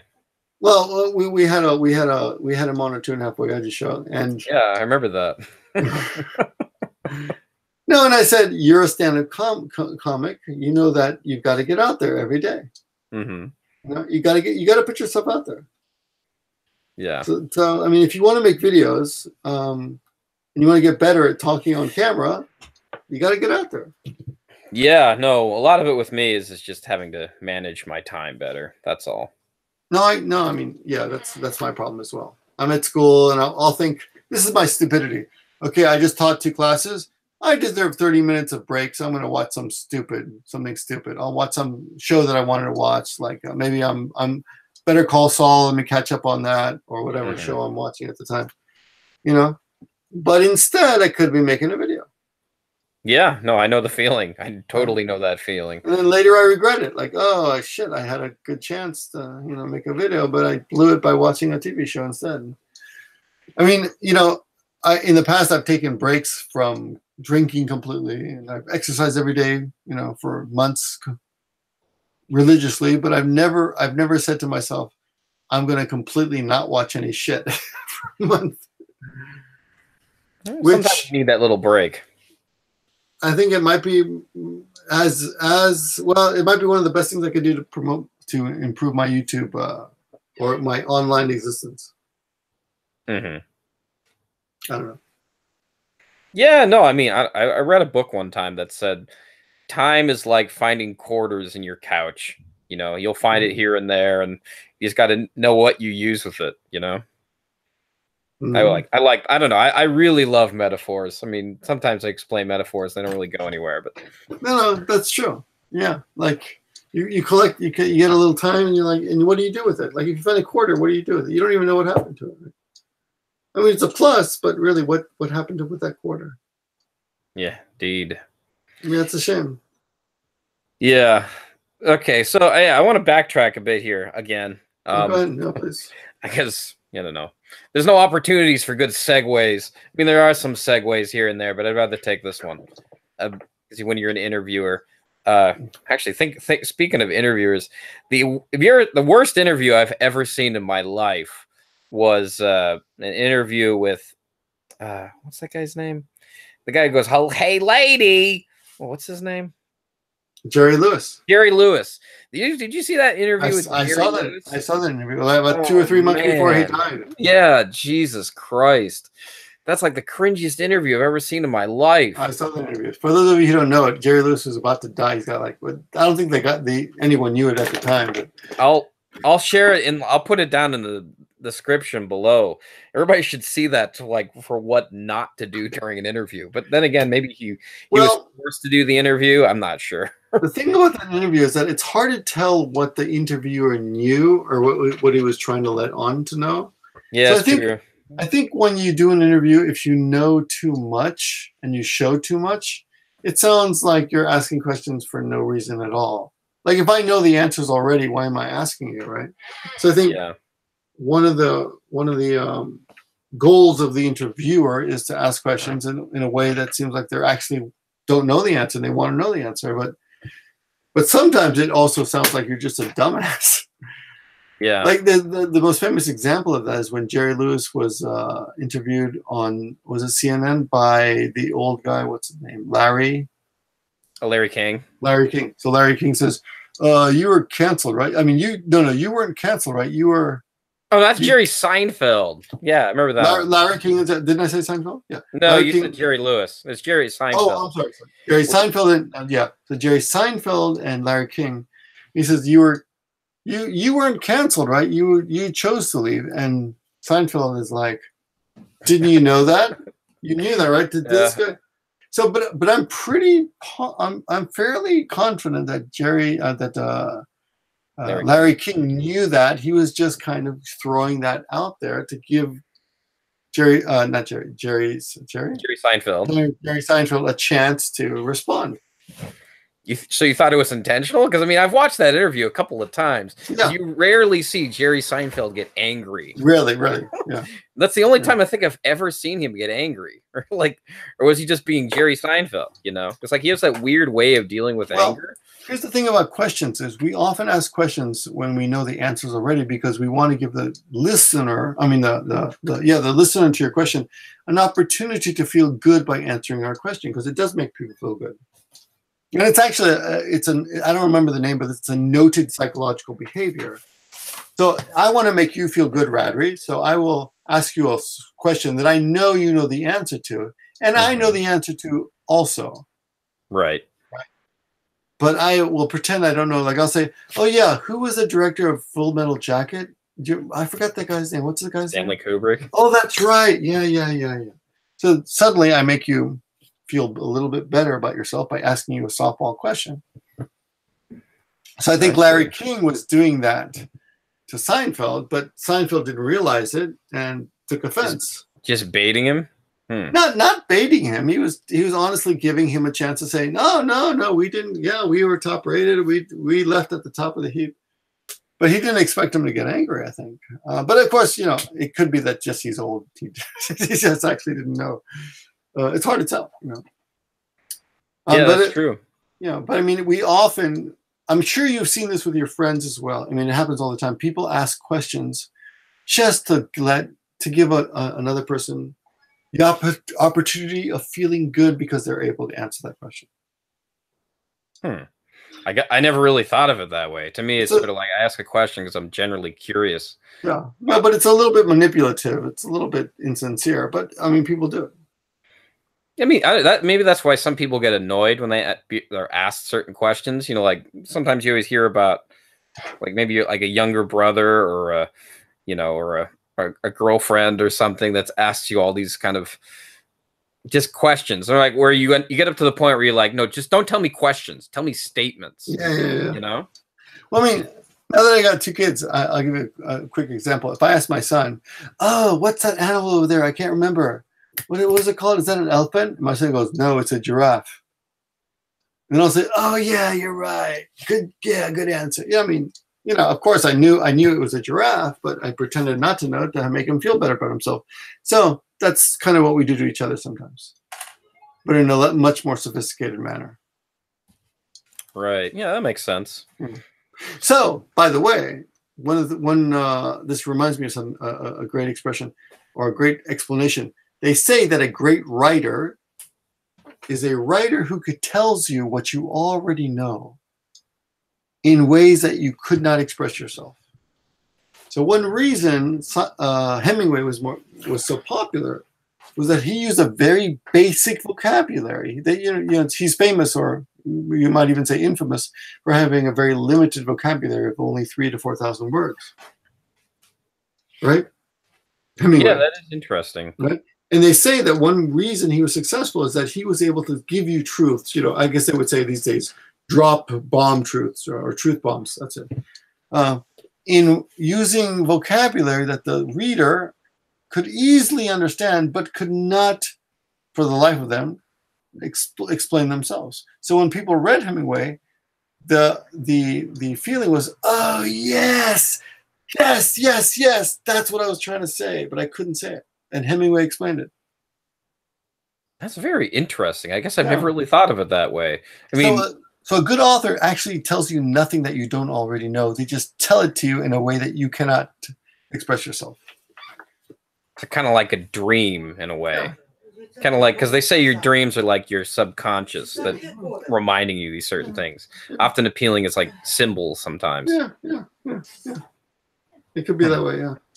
And I think that goes back to what I was saying about the reason I think I appeal to people. Is that because my channel is not especially, groundbreaking. People see my channel and they think, yeah, I could do that. It feels familiar.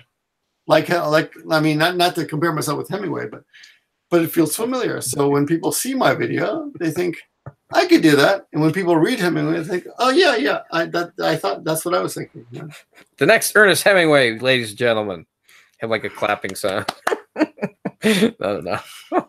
And remember, I have been drinking heavily this evening. So. It's fine. No, I actually though this has been a very interesting evening. I don't think that. Completely off the rails. No particular theme. No, I've seen you go off the rails before. This is Victor Light. So yeah, it is. I controlled myself tonight. I knew I was coming to see you, so I didn't drink too much. I stopped drinking a couple hours ago. Right. Yeah, I think it was a couple of times in 2.5 Oyajis where like I was a little scared watching you. Just slightly, just a little bit. Well, those are always fun. I mean, Yeah, they can be fun. I mean, I'm just glad I wasn't there. That's all I can say. I may know what you're talking about, but yeah. I'm sorry. I don't mean to offend you. No, not at all. Just stating how I felt. The good thing is I own my own school. So, I mean, it's not an incredibly successful school, but I own my own school, so I can afford get in trouble. I can afford to, be a fool on the internet sometimes and be drunk in public, and nothing can really happen because my students never see these things anyway. So got it made. They don't find them interesting. So all right. So yeah. So the question I was trying to get to here was, I understand that maybe you use or maybe used to use like primarily just for communication because you've always said this. I mean, how would you say it's really changed today? Because I mean, you probably don't use as much for communication anymore, right? It's like now you think about it more in monetary ways, right? These days I'm depressed because I can't get out there as much as I want to. And I know. I feel that depression too. That's not just that's not just you. No, I mean, like this week alone, I've made like literally, 5 videos that I just haven't had time to edit. And in the end, I'm probably gonna have to mush them all together into this big blob of video and put them out. So I'm depressed that I can't. I'm always thinking, of course, I love sharing experiences with my thoughts, whatever, with everybody. Not just the internet, but of course my wife, my coworkers, my students, my son, my son, not my daughter because she's only 1, but even my son, I'll explain shit to him that I think is interesting that I think he might be able to get, I told him how a butterfly is created the other day. Right. I showed him a picture like this is a caterpillar, and it's going to become a mayu or a cocoon, mayu in Japanese. And then somebody's going to become a cho, a big butterfly. Right. And I explained that to him, and he's listening, and he finds it interesting. So communication is definitely still something I'm very interested in, of course. But the problem when you become a responsible, adult, is that it's hard to justify spending, justify your time if it's not bringing some money in. Yeah, no, I mean that's what you got to do. You got to make bread, as they say. Yeah. So I mean, if YouTube didn't make any money at all, I would still do it. But if you're going to do it, why not attempt at least to bring in something for the family? So. True. If you're going to be spending that much time on it, so. Well, I have to say that's very therapeutic to hear that I'm not the only one feeling depressed sometimes about. Oh no, schedule. I'm depressed. I'm depressed a lot about Okay. Well, in fact, I was thinking today, like I'm embarrassed by my depression. Yeah, no, I'm embarrassed by it too. I mean, it's like it feels like something you shouldn't go through, But you do see people. It just feels like you're complaining, right? Yeah, exactly. And I don't feel like I really have the right to go. It's a first world problem, Is it? Yeah, I guess it is. It's a first world problem. I've got all the. I'm doing fine economically when it comes to feeding my family, but when it comes to feeding my soul, I sometimes feel a little bit hungry or empty, and I want to communicate with people. Well, it's like what Gustavo Fring says on Breaking Bad. Maybe this is a horrible example, but it's like what he says: "A man provides." That's all I can really say about that. But yeah, is that in the Breaking Bad or in the? Yes, that was in Breaking Bad because he tells that to Walt when he decides he wants to get a divorce from Skylar.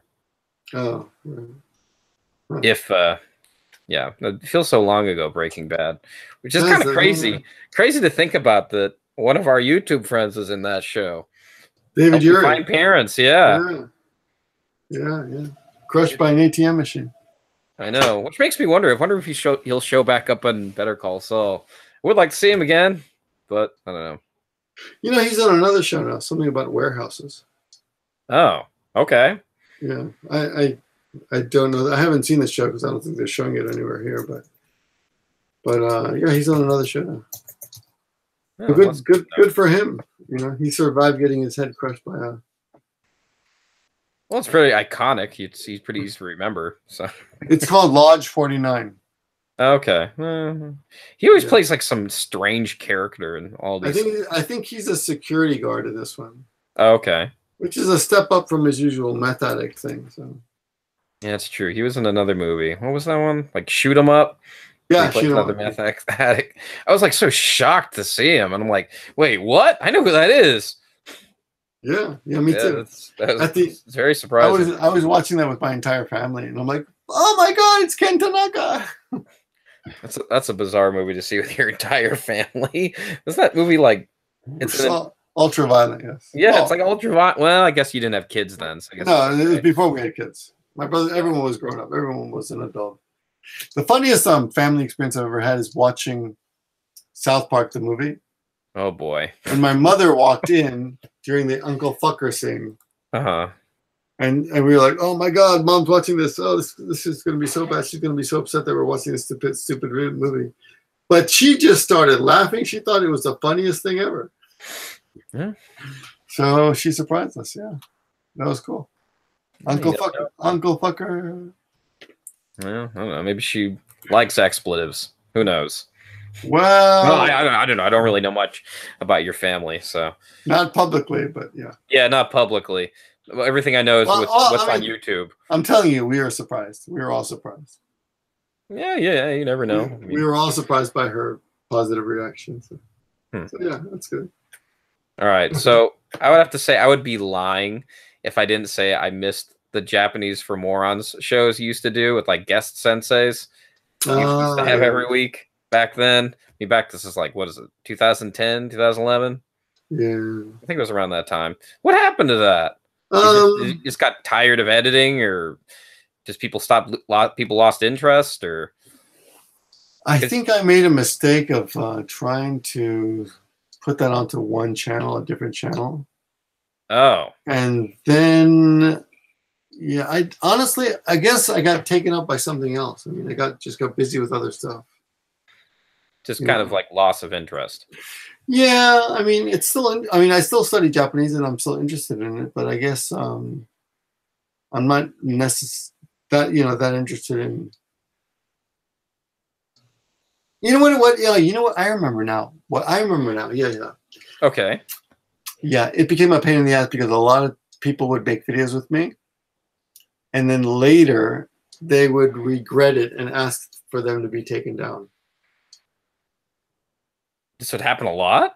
It happened like enough times that it was like, this is just not worth it. Why should I put all these hours into editing? Yeah, no, I could see that. Yeah, and then someone contact me and say, hey, take it down. I don't want to be on the internet anymore.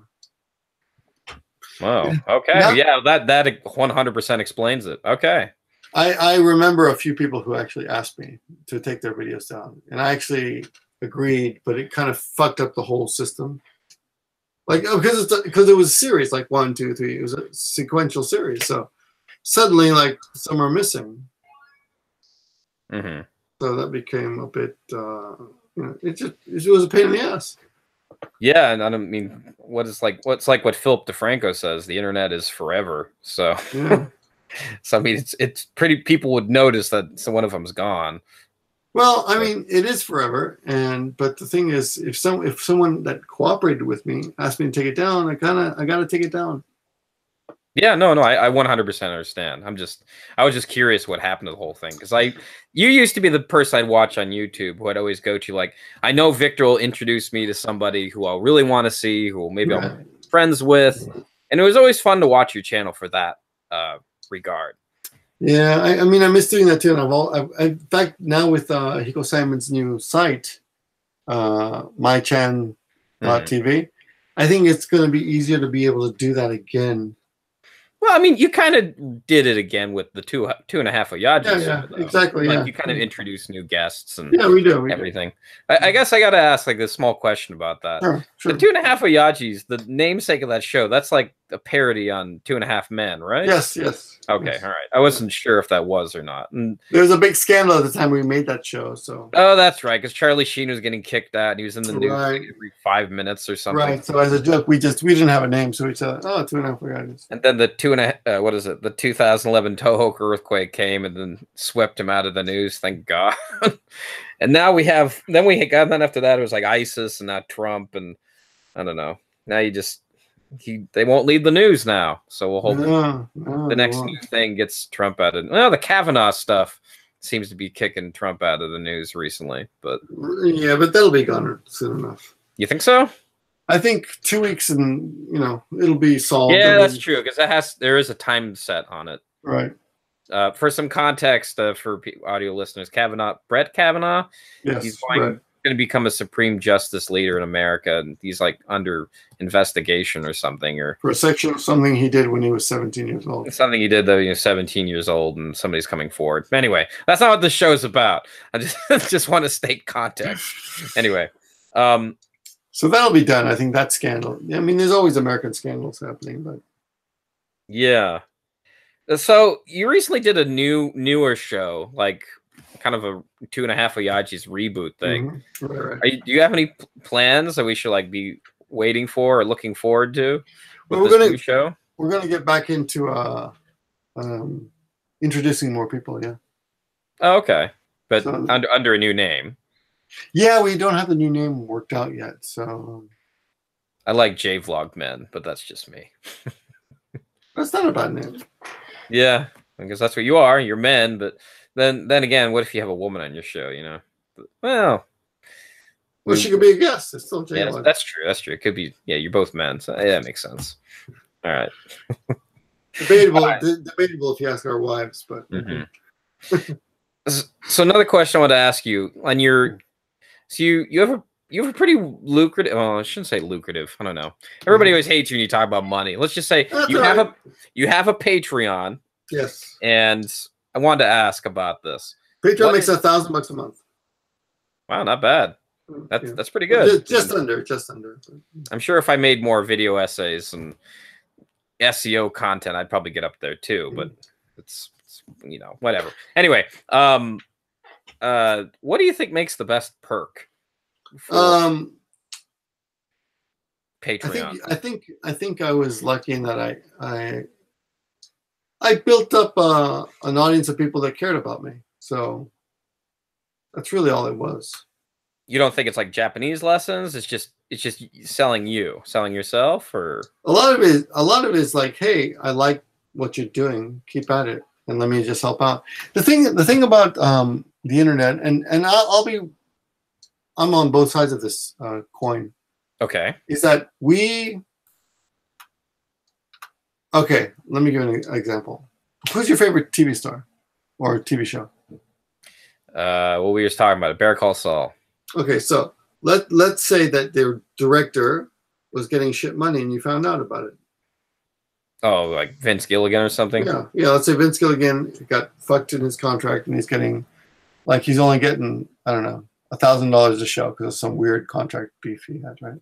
Mm-hmm. So somebody started up a Patreon or a Kickstarter for him. Or GoFundMe or something. Yeah, GoFundMe, I mean, I would totally pitch in $5 a month to fucking watch Better Call Saul. Right. No, no. I mean, yeah, being a part of a Right. project, definitely. Right. And I wouldn't want anything. I wouldn't want him to like. I wouldn't expect him to call me and say thanks, man. At all. I would just be happy to have that opportunity. So the thing about a lot of Patreon supporters is that a lot of them, and this sounds, this is not meant to sound unappreciative, because I completely appreciate it. I mean, it's amazing what they have let me do by their support. But at the same time, because I am also an admirer of other people, and I understand that desire to say thank you to someone who's provided you some happiness in your life. Mm-hmm. Now, the fact that I make people happy is something I never expected, and it wasn't my goal. But the fact that some people are actually, that I make people happy with my videos for some bizarre reason, that's great. And I've had people like send me Christmas presents and Christmas cards and birthday presents and birthday cards, and presents for my kids. People send me like $100, like last Christmas, I got $100 just to buy presents for my kids, which I did. I spent it on $100 worth of train tracks that I never would have bought. I mean, I'm very honest with that. Someone said buy your kids train tracks so they can make more train tracks. I did, and some of them are still unopened because I didn't have it. It's just too many. Yeah, maybe you could teach them how to put it together. Yeah, so probably not old enough yet, but no, the son's good. He's good at it. Okay, she's not. She's just more of a destroyer. But the thing is, people want an opportunity to thank you if they're getting joy from your content. Yeah, that makes sense. And I understand that. So I think it's when you ask me what's the best way to, I guess I could say if my channel were a completely language-based channel, yeah, I suppose doing that would be the best way to do it. And I did, and I have tried that. I make news videos that teach Japanese, but I think I'm guessing honestly that the reason people support me is because they just want to. I somehow bring a little joy to their lives, and they want to say thank you. Yeah, that makes 100%. That makes sense. I am wearing pants, by the way, but I just realized it looks like I'm not wearing any pants. You should have started the interview off that way. Hey, my name is Victor, and I'm not wearing pants. This is going up on the side there. Yeah. All right. Okay. On the side there. For context. All right. So everybody knows. Nobody write negative comments in chat. That'll give you more positive comments. Yeah. No, because I saw on your Instagram you posted like a bunch. You got a bunch of those Chirashi, the little mini posters that you give as perks to some of your Patreon followers. That's like bonus. That's not. I mean, I'll send those with other stuff. But someone told me someone actually contacted me and said I want to get a Japanese poster of the Logan video, the Logan movie, Logan, right? The Wolverine movie, mm-hmm. But in Japanese, and it says Logan, and in katakana under it says Logan, Logan, right? And it's a pretty cool poster. And it's just a little. I don't even know if they have these in the States, but it's just an A4 size. It's only this size. It's really small. So what I started doing months ago is every time I go to the movies, or when my students go to the movies, they'll just grab a bunch. So I collected. I've actually got like literally 200 or 300 posters. And what I do is I send out 10 at a time to Patreon supporters, and they don't cost much to send, so I'm not really out any money. I mean, it's just paper. I mean, is there like particular movies they say you want? I mean, you just mentioned Logan, but I mean, usually when you put them all in the bag. That's just an example, but I mean, I just picked 10 different ones. I put that on the Instagram recently just to show what the most recent one looked like. Oh, okay. But I mean that was like the Predator poster, which was cool. The Mission Impossible, the Lethal. The one with Denzel Washington, what's his name? Equalizer 2, Yeah. I mean, they're really cool posters. So nobody really says, I want the mini posters. Send the mini posters. Thing. I've had specific requests. But no, like the movie. Like get me this particular movie. Like the Logan one. Someone asked me for the Logan one. Oh, okay. So it's But- not just an example; it's an actual. No, someone actually situation. asked me for the logo one, but what I put on Instagram the other day was just an example of things that I send out. But someone has actually asked me for specific ones. Someone also asked me, like, contacted me like last week and asked me, can you get to the post office and buy me Mazda stamps? Mazda? You mean the car company? Yeah, so Mazda put out these stamps. Right? Uh-huh. So you know, like in America, they'll have like we're gonna remember James Dean, and these are some stamps to remember James Dean, or Elvis Presley, or Marilyn Monroe, or whatever, or you know, whoever. Okay. Martin Luther King, that kind of thing. So someone famous. So in Japan, one of the, I guess, they put out these special stamps to memorialize the Mazda car, like one of the first, you know, editions. And this guy in America contacted me and he said, I want those stamps, but I can't buy them online. Yeah. Right? Can you get them for me? And he sent me $100, right? He's desperate to get them. And he's like, look, and I said, look, I said, if I can get them, I'll get them. I'll try. And if I can't, I'll return the money. So I went to the post office, and it took me an hour and a half sitting at the post office while these guys at the post office spent also an hour and a half trying to track down these very specific stamps that they had. Well, that's nice of them. I mean, a lot of work too, but yeah. And they found it, and that's what I'll do sometimes. I've had these weird requests before. So yeah, come to think of it, I've had these weird, I guess I wouldn't call it weird, but I've had requests like this before too. But like there's something that you only have in Japan that you that other people want outside of Japan are really looking for. Like one of it was recently was the new Dragon Ball Z movie coming out, like Borodi or something. Can't remember the title. They all blue hair, and he says, could you go get me a Chirashi? Like get me 7 of them. I'm like, all right, sure. Yeah. And I didn't send it to him, but when he gets here, I'm going to give it to him. So okay. Well, I got a guy coming in November who asked me months ago to get him a Coca-Cola, a cherry Coca-Cola or something, or cherry Pepsi. I don't remember which one. It's in my fridge, but it's sitting there with his name on it. So when he comes, you know, I'll give it to him. Interesting. Yeah. All right. So one other thing I wanted to ask, because you did this whole natto challenge, like you only ate natto for how long was it? It was a month? 28 days. 28 days. Okay, so like a month, basically the whole month of February. Yeah, exactly. Yeah. How did that go? I mean, maybe you posted some stuff on. Well, I got YouTube, really weak. Maybe I missed it. I got really weak. I lost a lot of my muscle tone. So right now, my muscles are, I don't know, I can do 6 pull-ups this way, right? Which is pretty hard. Like before I couldn't do that. I can do 6 pull-ups, like proper. Okay. But when at the end of the Natto challenge, I could only do like 3. I'd lost a lot of my strength. Huh. But I was getting my pant belts had gone down like 5 rings on the belt, you know, whatever they call them, 5 holes. Right, notches. But my students, this is what happened. I went to nursery school to take my kids to nursery school, and the teachers thought I had cancer. Yikes. So they told my wife, they said to my wife, is your husband okay? Oh my God.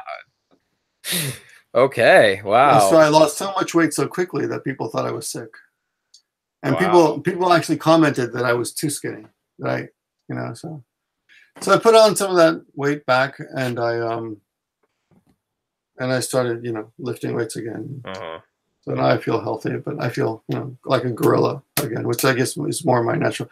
I mean, I got more of a gut than I had before. I didn't get down to a 6-pack. I got down to a 2-pack. That's all. But you know, but it's hard, you know, when you have kids, all that, and then you go to America for a month and pick out, you know, you're just babysitting every day for a month, for 3 weeks. So yeah, I mean, here's the thing.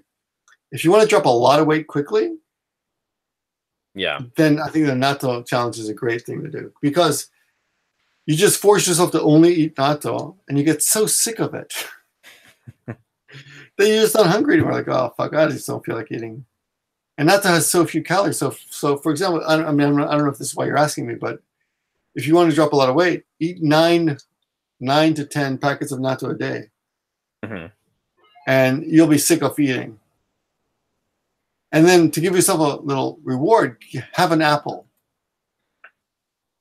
And you will find apples so delicious. Like after eating natto for only 2 weeks, I started incorporating like apples into my diet. Like I'll have a green apple, or a pear. And it was like, oh my God, this is so delicious. So help you appreciate it more. The only reason why I'm asking about this is because you always hear about these weight loss things, like no coffee challenge or no or do the Super Size Me, only McDonald's challenge. It was just something that I was trying. Yeah, no, it's not. It sounded like an interesting experiment. Yeah. I'm going to do it again. Really? But remember, I also cut out all alcohol for 28 days. Oh, that's hard to do because there's celebrations in Japan, and people are like, let's have a party, and then it makes everyone uncomfortable if you're usually the big drinker, and then you suddenly don't drink. Yeah, I can get everyone feels like, oh, this is not fun. Right. So we're 2 hours into this interview, and we probably should wrap it up here because we have lives and things and stuff to do. There was one more question. I mean, we could lightning round it if you want, sure, or we could just do it. All right. Let's do it. So, this is lightning round. This last one. So I was talking to the other Victor, the frame of travel, if you know who that is. Right. Yeah. The episode before this one. Okay. And I was asking about what it is that makes good YouTube videos. Mm-hmm. And to this he said, and I mean, with this, he's like, I was talking about how I appreciate the amateur, but he was saying like how Chris abroad from abroad in Japan, right. He kind of dominated. I want to say he dominated the Japan market, unless you think that Rachel and June dominated the Japan market. So I don't know. Anyway, the question here is, do you think these types of videos are what everybody in Japan should follow? This is what we were talking about. Not at all. Not at all, really. No. Okay. But it's not fair to ask me because I don't watch either of them. Yeah, that's true. I don't really either, because I feel like sometimes I'm kind of like looking for ideas and like what should I do? What should I make? So everybody's telling me like people want to see vlogs. I always get the best responses from vlogs or whatever, right? I don't get much out of them. Well, no. I mean, I can't say that what you're saying is wrong because I have no idea what kind of videos Chris makes. I don't watch it. Like I haven't seen his videos in years. I have no idea what he makes at all. I assume they're comical. Mm-hmm. I saw one of Rachel and June's. I haven't seen a Rachel and June video in years either, but I did see a June video a few years ago that incredibly impressed me. And I did see a Rachel and June video when they put up a house, which is also like 2 or 3 years ago. But I haven't seen a Chris abroad in Japan video that makes you have such awe. You're not awestruck by any of them. Okay. No. I mean, I'm sure he's. The most impressive thing I ever saw him do was his TED Talk. Wait, he did a TED Talk? Yeah, this I didn't even know. I guess I'll have to go find that. All right. Yeah, no, because he did a really good TED Talk. What annoys I mean, those guys. I shouldn't say annoy. Those guys. I do YouTube more for fun, and I'm appreciative of the money. Those guys, I think.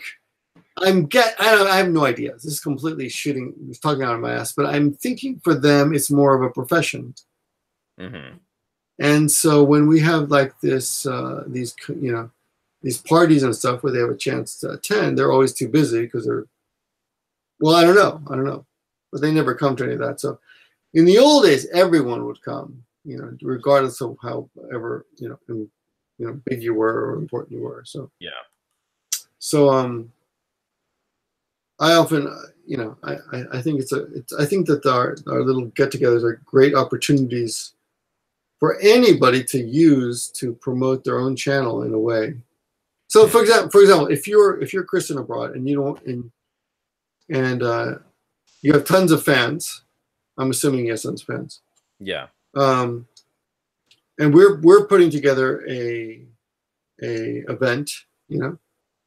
It kind of takes all the hard work out of the equation by just saying, okay, I'm going to tell all my followers about this event, and I'm going to come to this event, and then people can come meet me at this event. Mm-hmm. But my impression, and this is completely talking out of my ass, is that he has no interest in talking to his followers. I definitely agree with that. So, I don't know if that's true at all. Which is completely the opposite of the reason I do the video, because I want to talk to the people who watch me. Mm-hmm. Of course, there are many fewer. There are a lot fewer than he has. You know. I mean, the people who want to talk to me, they're not as many as the people who want to talk to him. But even for that reason alone, I would think it would be a great opportunity. Yeah. No. So okay. Yeah. No. The only reason I ask this question is because I'm just, like everybody else, just want to see what kind of videos I should make for this platform. I mean, for example, this podcast, I just do it because I want to have conversations with people. And this gives me a reason to say, we can have a conversation here. Mm-hmm. And sometimes I have meaningful conversations on this podcast. And like, I'm glad that I have it as a piece that I can keep and listen to whenever. I think conversation is a great way to what's the word? What's the word? Not stretch, but something in your conversation. Beef out, fill out your conversation. Fill out your ideas. Okay. Develop your ideas. So, you can start on something, and then when you start talking about it, you start realizing something about it that you didn't know. Flesh out. That's it. Flesh out. Yeah. Okay. So. Yeah. No, I agree with that. Or to realize that what you're talking about is full of shit. So, I shouldn't have said anything about Chris or June and Rachel because I'm sure it's fine. I mean, if they find this podcast, I would be amazed. That's all I'm gonna say. No, because I don't watch them, so I have no idea what kind of videos they're making. So I have no right to really talk. It's hard to really say something about something you don't. I mean, watch. I know them as human beings, and that's how I remember them. I've met them as human beings, so I don't really know them as video makers, so to speak. Though I know they're very good at it. True. All right, I think that's a good note to end on. Sorry to keep you here this long, but all right, I want to say this was a live conversation here on YouTube. You can, I got to do the call to action, Victor. Sure, yeah, please. You can follow Victor on Gimmeabreakman on his channel. Everybody knows who Victor is. I don't really need to plug any of your stuff. Be sure to leave us 5 stars. Blah blah blah. Follow my Instagram. Yeah. Oh, follow his Instagram. You want anybody to follow anything? Now's the time to say it. Just mine. I like taking pictures of shit and put them up. Yeah, I like stuff. Right. I think my Instagram is pretty decent. I like it. I mean, I like a lot of your pictures. Yeah. I want to end on this. So I got this Meiwaku mail today, right? The spam mail, and it said to me in Japanese. It said, it's like in a bathroom station, a station in the bathroom. Somebody wrote your email address, and it says "Sefu friend Boshuchu," like looking for a fuck buddy or something, right? It's like, and then on the bottom it says, "Would you like to contact me to get this removed?" I'm like, what is this, Black Mirror? That's and bizarre. I'm like, you know what I should do? I should do that to the end of every call to action video. It's just like trying to get you to respond, So right. You're going to write all your subscribers' names on toilet walls. Yeah, write subscribers' names like who's in the chat? Who can I make fun of? Eric Trimmer. Eric Trimmer. We found your dick pics or something. If you never wanted to see them, go on the internet. You better pay. You better join his Patreon. You better subscribe now or something. I don't know. Right, Sorry, Eric. I don't really know Eric. I feel bad calling him out. I don't know because he's the last person there. But Eric, thank you for watching this channel and the Thanks for podcast watching. to its fullest. All right. Anything you want to say before we go? No, thanks for watching, man. Thanks for having me. Yeah. All right, guys. Next week, I think it's just me. I think I'm just gonna do, because I tried to book a guest for next week, but I haven't heard anything from both of them. So I think I'll just do maybe I'll interview my girlfriend or something. I don't know. It'll be announced on my Twitter. All right, cool. All right. All right, See you next time, guys. Right. Bye, man. Bye.